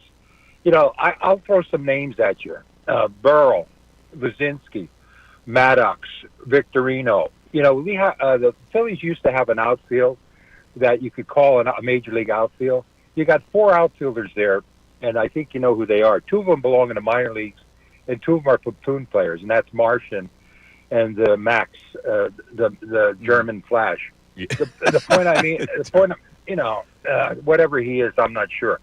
But the point is, you and I know you're smart enough. I listened to you for years now, Mike. I'm glad you're back, by the way. Thank you. And I go back to you up at Lehigh, Mike, when I used to call you in about when they were had the training camps. But besides the point, you don't have to be a whiz to figure out that they have not addressed left field or center field for a number of years now. And they're trying to, I don't know what they're trying to do, what their philosophy there is. They should have got somebody out there, at least a right-handed bat. And they try to do the bullpen on the cheap, and now that's coming back to bite them. I don't think they're that good. I think they're good, and they'll Harper will carry them, but I wouldn't be surprised. If they get knocked out again in the playoffs. Yeah, right now. Listen, I don't know if they're really on the edge of making the playoffs. I think they will make the playoffs. They may have to face the Dodgers in the first round of the playoffs, which is not going to be good for them. Dombrowski is a very interesting study here because he's got to know, or he had to know, that he had some inadequacies coming into this year. Now, he reached out for Kepler, and a lot of people thought that was a good reach because Kepler had some success in Big League Baseball. Why? How about you need a right-handed bat? You do. And the other thing is the Twins didn't have any use for him anymore.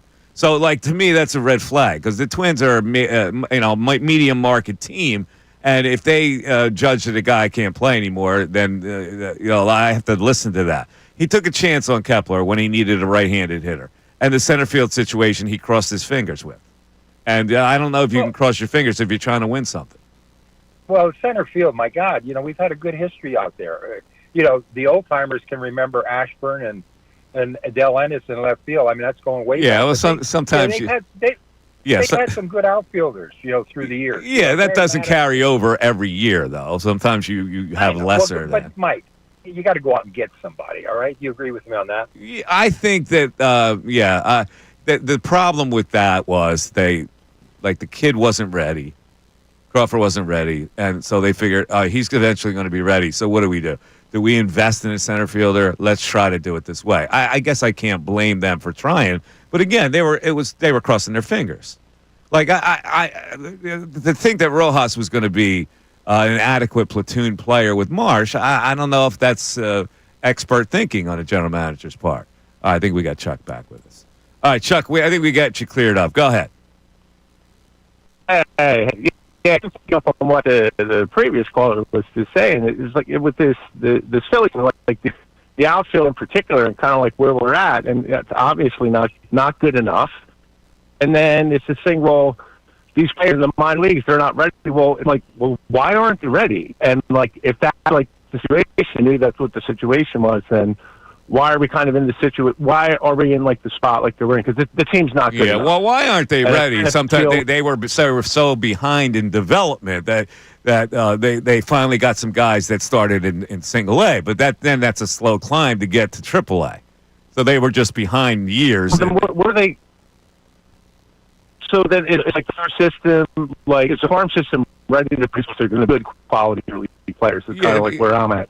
Because this thing with like just signing like free agents and everything, Dombrowski signed his free agents. He's not signing any more like big money like free agents because it's obvious he's not going to do that. He's going with like what we have, and it's not good enough. So like, where's the team at? Like what would be like a step forward? No, yeah, listen, you're right. I'm sorry, we're still getting the same phone problems. So unfortunately, there was a disconnect there. The farm system has not produced outfielders. They just have not. I don't know. They all right. So they produced Bohm. They produced Stott. That's all well and good. They haven't produced outfielders. They rushed Rojas up. Like he was in Double A, all of a sudden they rushed him up there. He wasn't ready to play. He has a lot of flaws in his game. They weren't addressed at the minor league level. But because they had a dearth of prospects, they squandered a few years. And so now the guys that are catching up are the guys that they drafted most recently, the Justin Crawfords, the Aiden Millers. One, I think, is ready. The other is not. 610-632-0975. We got Matt on deck, who's, I think, going to blame. This is an interesting topic. He's going to blame Zach Wheeler for missing too much time because of the baby. Is that what he's going to say? Oof. We'll have a discussion after this. Don't go away. We want to hear from you, so text us.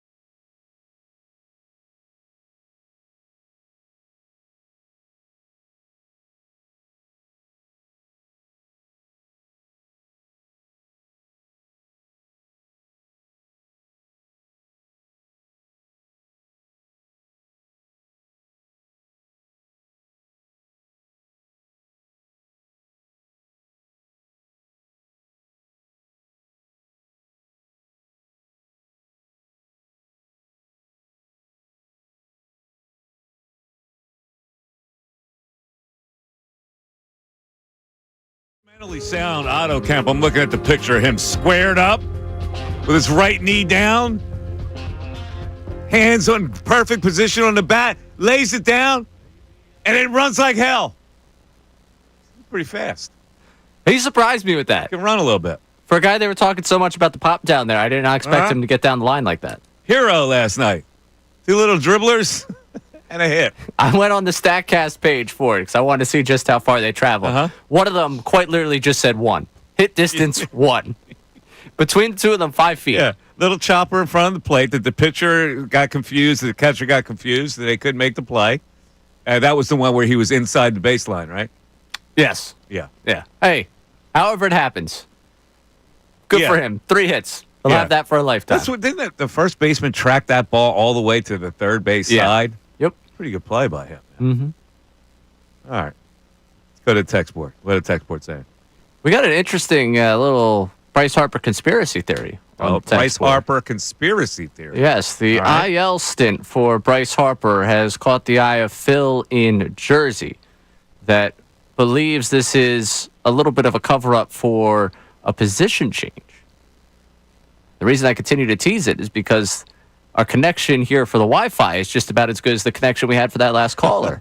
There we go. Can this IL stint for Bryce be a disguise for him to relearn outfield and recover from his wrist? It gives Bohm the opportunity to play a lot of first base that allows us to then search for a first base or a third baseman to improve the lineup.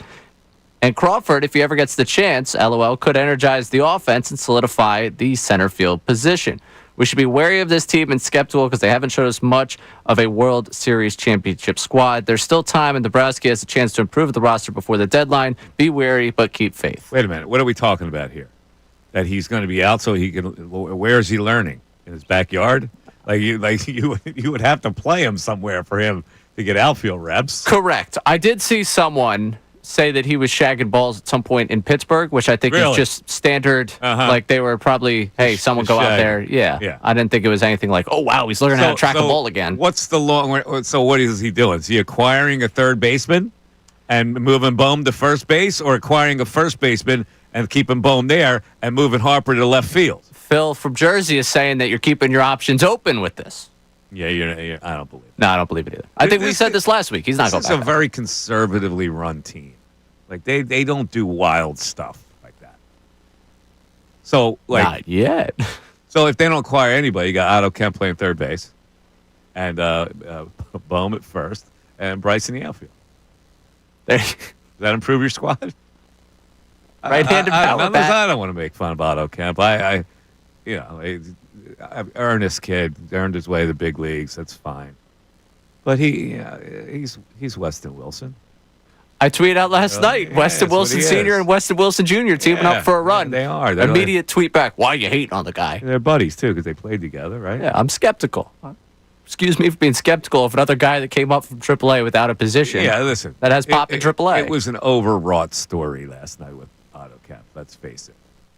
He had 2 little dribblers. And one, he interfered with a base. I'm happy for the baseline. I don't know if I want to get carried away with it. All right, let's go to Matt. Matt, you're on 97.5 The Fanatic. Matt in Newtown. What's up? Michael, big fan of the show. Appreciate taking the time today. Thank you, Glad Matt. We can all celebrate our double drag bunt victory last night. There you go. 4 play balls and 14 men on base. Small ball, baby. Small ball won the game last night. Yeah. Love it. I have a complaint a little bit, and I hope I don't sound like inhuman when I'm talking. You might. I know that this touchy ground that you're walking on here. We have probably the greatest free agent, one of pitching signings in our history of the team. And God bless him and his wife. They had a second child, and he wanted to take a couple mental health days to go, I don't know, help however you can raise a 2-day-old as a man. And so I'm going to miss my start in Toronto. Now, as a pitcher for the team, I'm sure he watched this team was bleeding, and they were bleeding bad in Toronto and Pittsburgh. I would have told him, get your butt on a jet. I need you to pitch on Sunday against Skeens. And I'm very annoyed he missed 2 starts from a guy who has told me time and time again, I have to pitch every 5 days. I can't pitch 6. I have to pitch every 5 days. unless I have a child. Then I'll miss a week. All right, so I don't need to pitch for 5 days. this is again, you're on very thin ice here, not with me, but with probably a lot of people that are listening here.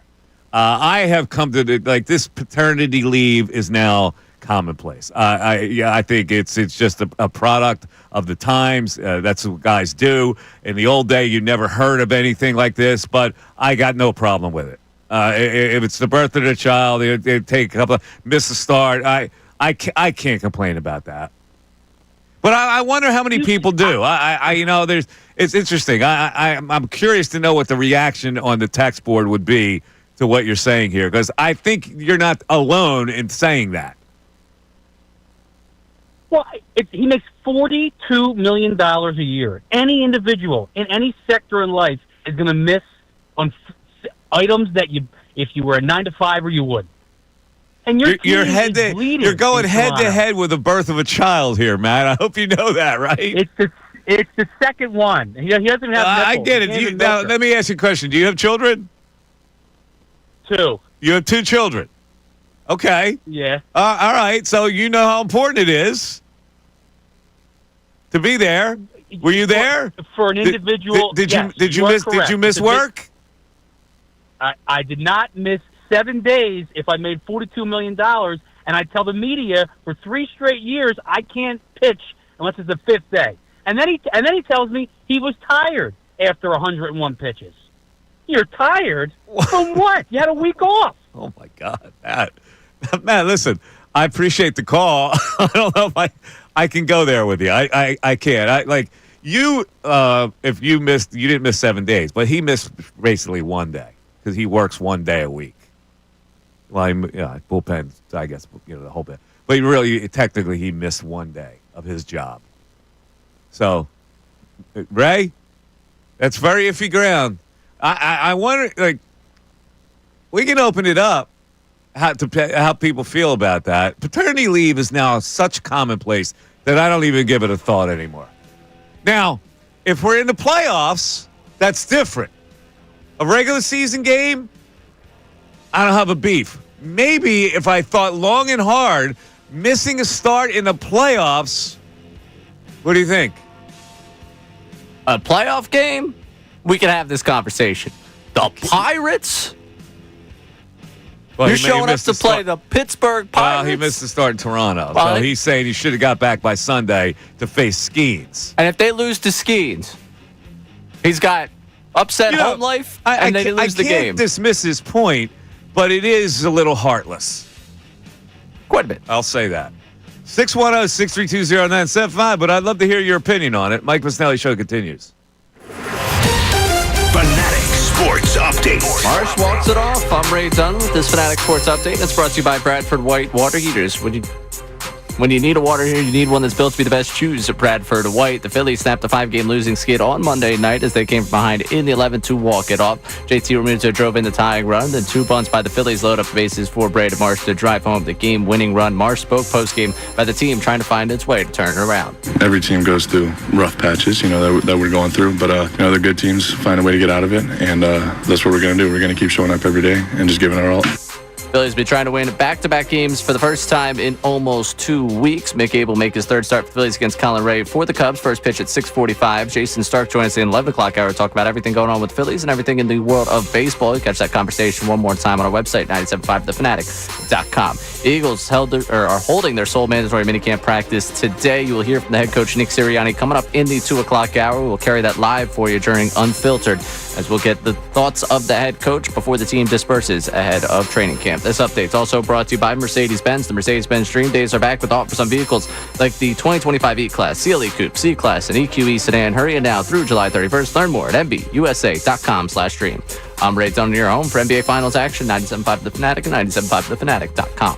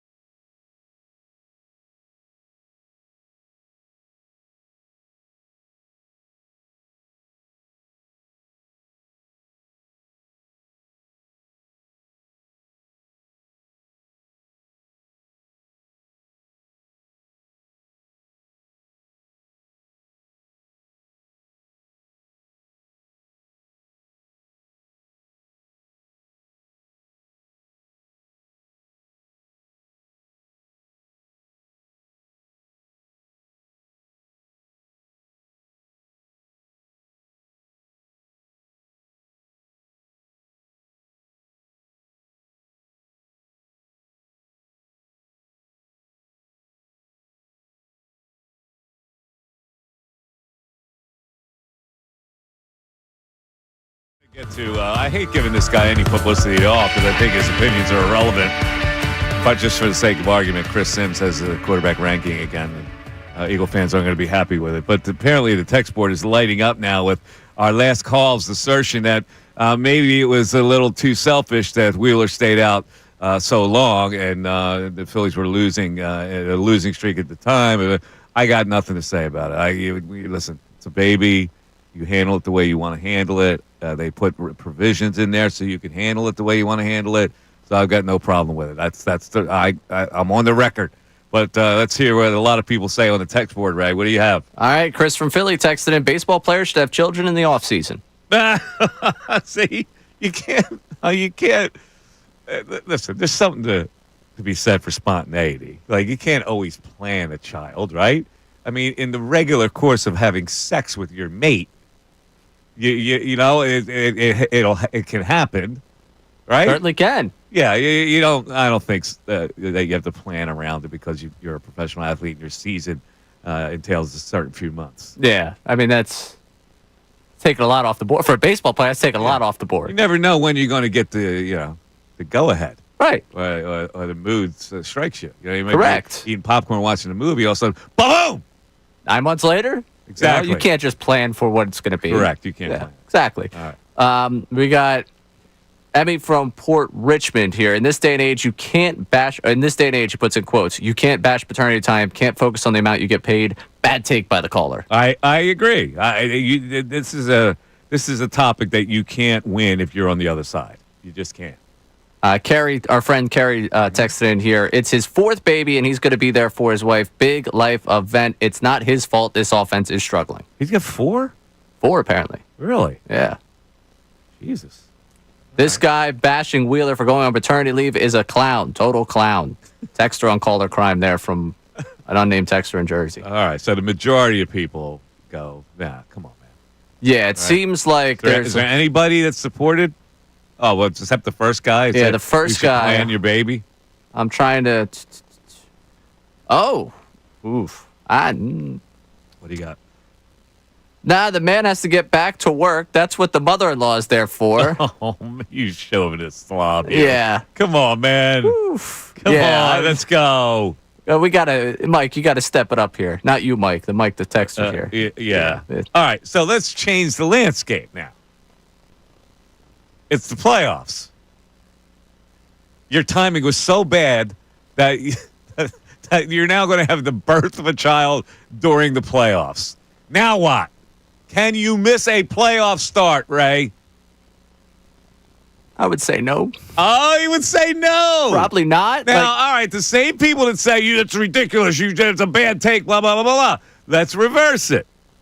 It's the playoffs. He's your ace. What then?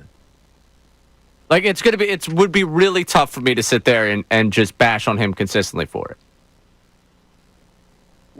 It's hard. What are you saying? Like, you're saying it's the different. If it's the playoff game, the stakes are higher. Yeah, it's your profession. Then what? I don't give it a second thought when it's the Blue Jays and the Pirates in the beginning of June. I don't. But you do give it a second thought if it's the playoffs. I do give it a second thought at the playoffs. Do most people give it a second thought if it's a playoff game?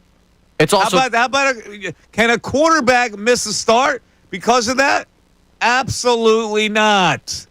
A quarterback cannot miss a start in a regular season of 17 games, and especially during the play. Can you imagine if a quarterback goes on paternity leave during a playoff game? Right, which is why I have to give it the second thought at that point, where I'm like, now, it's a little different because you lose that football playoff game, you're out. Right. If you lose a baseball playoff game, not necessarily you're out. But if it was Game 7, would the public be as permissive about missing a start because of the birth of your child? Oh, no. No, I don't think the public would be. So it's a double standard here, I think. It is in a lot of ways. Here. Yeah, no, I had no doubt on it. It's definitely a bit of a double standard. So I want to have this discussion with somebody. For somebody who says, absolutely bad take, it's the birth of his child, blah, blah, blah. Now make it the playoffs, and what do you got to say? I've never been in this situation. Like, I've never had to take paternity leave. And I hope I don't have to for quite a while. So I can't really give you, like, from my experience and from my life of like what it would take to, how much time I would take and all those things, my immediate reaction when you say a playoff game is, I think I would find the empathy for the guy, but I have a tough time balancing it in my brain with what the stakes are. Like, it's bigger than the game, but man, oh man, is that a big game.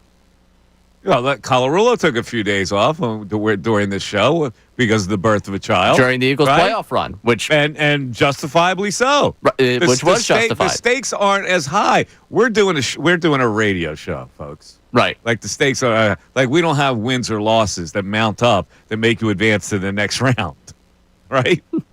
we're not even a part of that conversation. But we're talking about professional sports here, where thousands of people depend on the result. A little bit of an aside here. Funny text from Mark from Warminster. Hey, Mike, you missed. Does Ray know where babies come from? I don't know. They come from a stork, right? That's right, yes. Are you telling me there's a different story? The stork. Remember the cartoons? The stork would fly and deliver the baby. Yes. In like a towel or something. What do you mean the cartoons, Mike? That's what real life is, right? Stork. That's crazy. All right, let me switch gears here. Well, I know we're going to get some text on this. This playoff situation. How many people? Like it's easy to sit here and go, it's the birth of this child. Who are you to question it? Blah blah blah blah blah. Game 6. Oh, you're down. You're like you're if you lose Game 6, you're out of the playoff. I don't think I have the same sympathy. Right now, the YouTube chat's bringing up Randall Cunningham. And I'm glad you brought that up because I was talking about this with my brother this weekend because I got into I don't know if I got into trouble, but a lot of people were my take. Randall Cunningham left the team to go to Las Vegas for the birth of his child on a playoff week. He was not the starting quarterback, however. But he went without taking his playbook. And thereby, I criticized him for not taking his playbook to at least study up on the opponent in case he had to play. Now, what about that one? They probably should bring the playbook. He didn't bring the playbook. That was the whole focus of the whole thing. Like, he just jetted off to Las Vegas. He wasn't the starter. And I'm going, well, guess what? This is football. You could, like, make an entry as early as the first quarter if your guy gets banged up. You got to be prepared to play. That's what I was saying at the time. Yeah, I think bringing the playbook. Like, you go do it, but bring the playbook. You go be there for the birth of the child, but, you know. Now, he missed the majority of the whole week. That week. Yeah. Different circumstances. You can always slice it with different circumstances here. I like the first-time text here. Taylor from Allentown, making me laugh. To the people saying Zach Wheeler should have planned out his pregnancy better, I think some of the viewers are not having nearly as good of a love life as him. Let the man live. The Philly slump is not because of Zach Wheeler. Like, to me, it's weird that you plan out a pregnancy based on that. To me, it's odd. Like, to me, pregnancy should be natural. Like, I'm speaking out of my rear end here because I'm not a woman. Like pregnancy should be a natural byproduct of your togetherness, right? Not plan. Like when you plan it, it takes the romance out of it, doesn't it? I like. Is it me? I can tell you, Mike, I have never had the conversation with someone about planning pregnancy. Well, let's have this conversation. Like when you plan a child, is it like weird? I don't think it's weird. Like to me, it's just a natural byproduct. It should be a natural byproduct. It shouldn't be timed out. Well, I think you want to have the conversation if you're ready for that, right? Well, that's the conversation. We ready to have a child? Yes. All right. Throw caution to the wind. Boop. Here we go. And then following the child, the conversation of whether there's another one that you would want to have. Adam, most people think like me, or they think the other way. Like most of the children planned. Like, we want to have a November birthday. Oh, no. So I don't let's, we'll get pregnant in, let's subtract 9 months from November. What do you got? Is that February? Let's have a lot of sex in February. Well, I mean, I think a lot of November babies are a product of a little Valentine's Day action. Is that what it is? I would think. I happen to be a November baby. Hey, man, congrats to your parents. I don't want to think about my mother having a lot of sex on Valentine's Day. No, all right? I'm not going to make you think about it. I'm just saying congrats to your parents on that one. Happy Valentine's Day. I actually wanted me to be burned with the Immaculate Conception. Maybe you were. You're the second coming. I hope so. 610-632. That was your plight in this life. Sports Talk Radio. I picked November. Like, when is the most popular month for births? All right. Yeah, Most give me a Colarulo search. Yeah, months for babies to be born. July through October tends to be the most popular birth months in the United States. July through October, birth months. So when's the most popular sex month? August is overall the most popular month for birthdays, which makes sense. A late August birthday means a December conception. So winter time. Yeah, everyone's when you're caught in the nestled house. But suppose you live in California. Does that change? Or Florida. Little holiday, a little holiday time. So in most of the country, it's because you're snuggled inside during the winter. Yes, apparently so. Yes, the rarest birth month is February, which would mean 9 back. Oh, geez. Like the beginning of spring, everyone's getting out of the house. You don't have time for sex? Apparently not. You want to be out. What about having sex outside? What's the problem with that?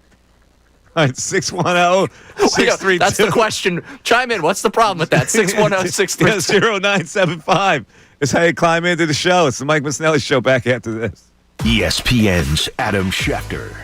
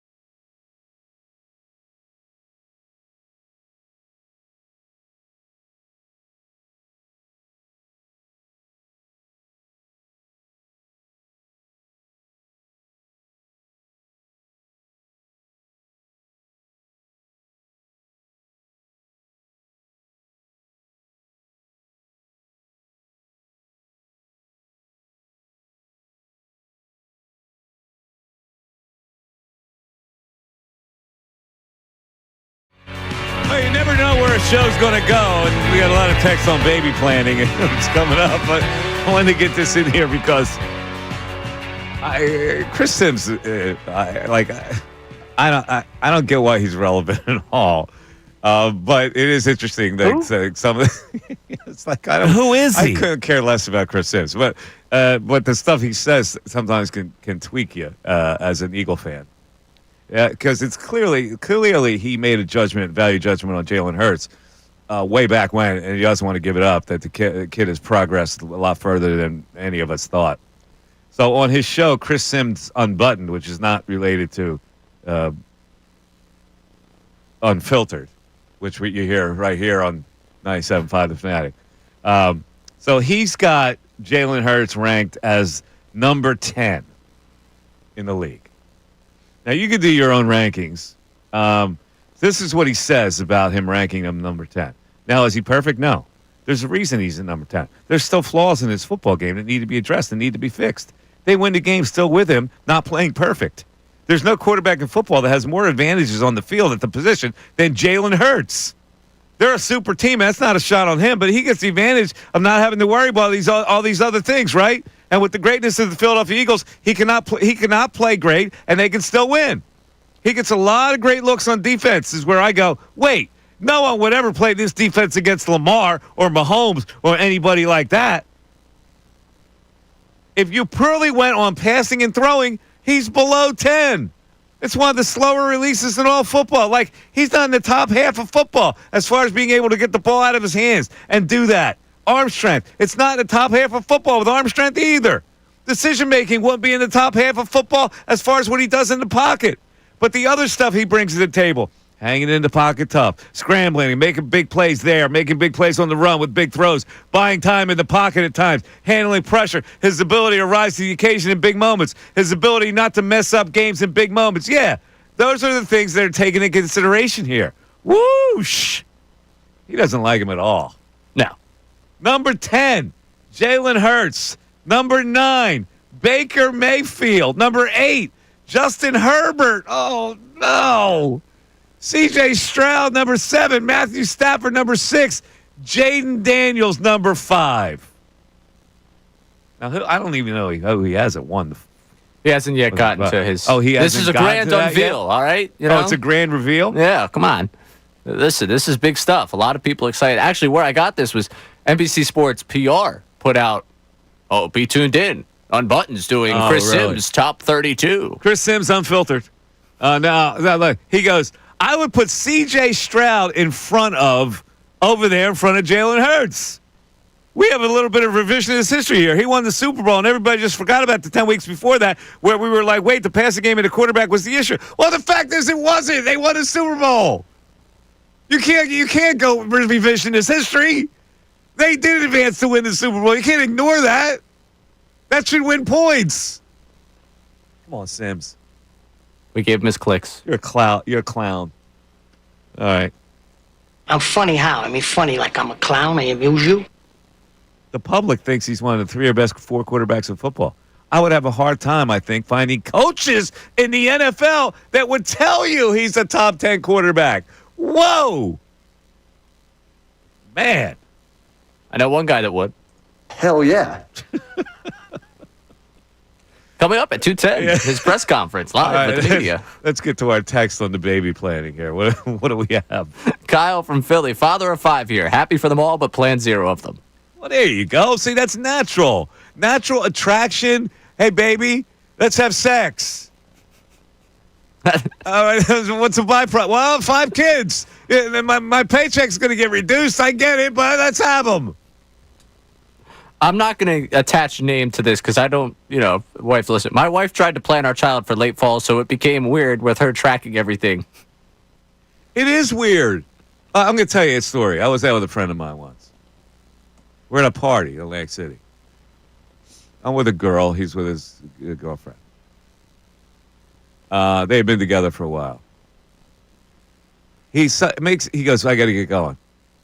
I go, what do you mean you got to get going? He goes, well, this is the perfect optimum time for her to get pregnant. I go, why are you kidding? Are you kidding me? It's like it's 11 o'clock. We're in the middle of a party. Seriously? She demanded, it's time right now. My body temperature is such that now is the time. Mike. Didn't work anyway. Can you blame him? What? You blame him? It's 11 o'clock, like, oh, it's time to go. No. It was like 10:30. It was a weird timing. It was like out of the blue. It came out of the blue. It wasn't that they wanted to have sex at that particular time. It was because it was the optimum time for her. I understand. how this works. You did. The rhythm. The rhythm was there. Running counter to the text we got in the last segment. I understand how this one works. Yeah. But I mean, if you get that look and she's like, yeah, like this is tonight's the night we're doing, like, what are you going to do? No, actually, I want to stay out at this party. What a dumb hill to die on if you're him. But you don't find that weird? It's like forced sex for a reason. It can't happen naturally for everyone that way. I'm a naturalist. Oh, you might be a naturalist. Might not work naturally for everyone. I'm a naturalistman. Not everyone might not be able to be as fortunate as old Mike Miss on that one. I wasn't. Well, I had one child in my whole life. I was like sowing the seeds of life. You know, I don't know.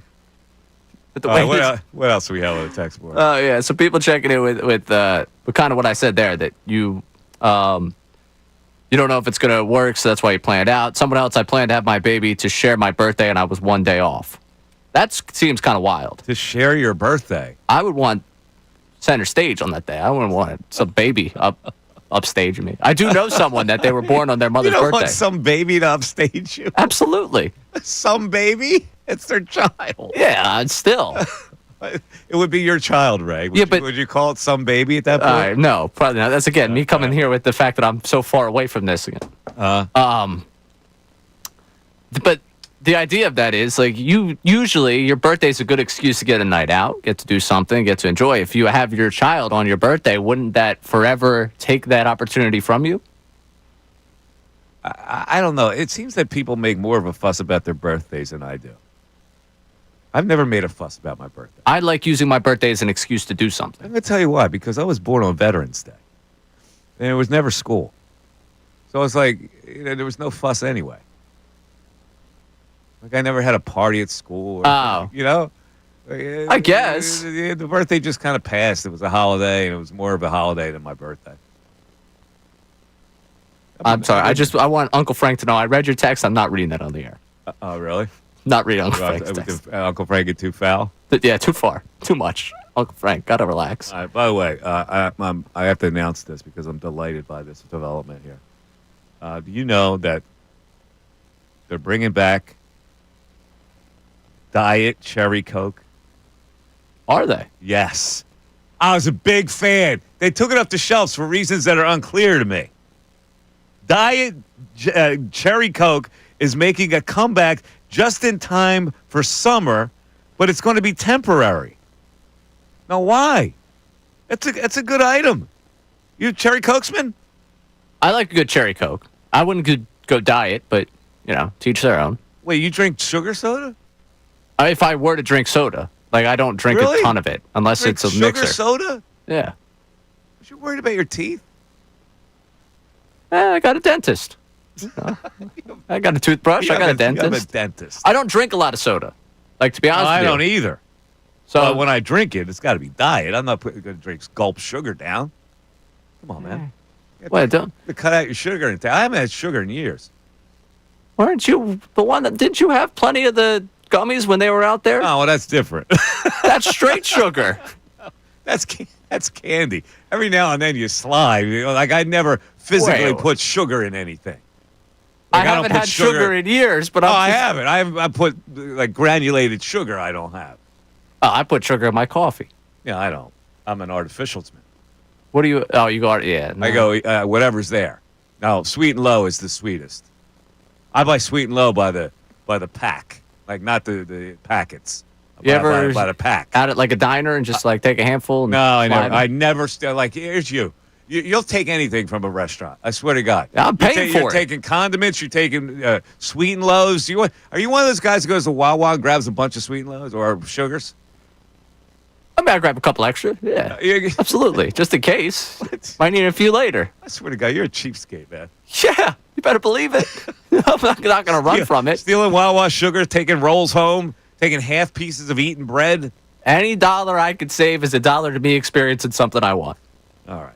In any event, the Phillies win last night, right? Will this kickstart something? Now, tonight, let me look at the card here, because I'm not so sure I like the Fighting Phils tonight. Who we got going for the Cubbies? Colin Ray. Colin Ray. He's had a pretty good year, hasn't he? AR looks pretty good. I'll pull that up for you in a second here. I'll be down there tonight. You're going to the ball yard tonight? Yeah, going with the family tonight. Okay, very nice. Yeah, Ray, 3.59 ERA. All right, against Mick Abel. Now, I hate to do this, but I'm considering going against Mick again tonight. You're just waiting for the... Colin Ray is a right-hander, so what will our lineup be tonight? Do they go back to Stott in the leadoff spot? Do we have a published lineup yet? We do not yet. Will Stott be the leadoff hitter tonight?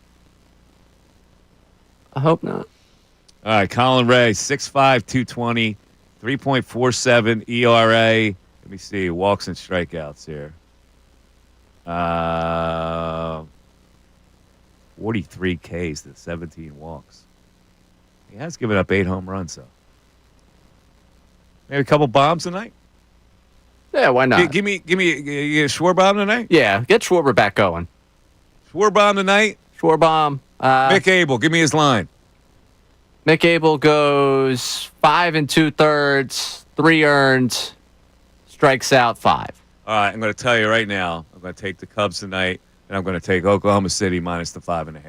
Oklahoma City tomorrow night, by the way. It's tomorrow night. Yes, because they have these ridiculous breaks in between games. Okay, so I like the Oklahoma City Thunder in that game. Now, since you're taking the Cubs in this game, I'm going to read this comment from the YouTube All right, here. go ahead. People are curious how Mr. Anti-Sugar was eating the donut yesterday. Well, now listen to me. I'll have dessert every now and then. I'll have a donut. I'll have a gummy bear, whatever. I don't put granulated sugar in anything that I eat. Got it. All right? Refined sugar, I'm a no-go. All right. Thanks for listening, everybody. We had a lot of fun time. Stay tuned next for Unfiltered, and have a great rest of the night. We'll talk to you tomorrow. Bye-bye. Fanatic Sports Update. Marsh walks it off. I'm Ray.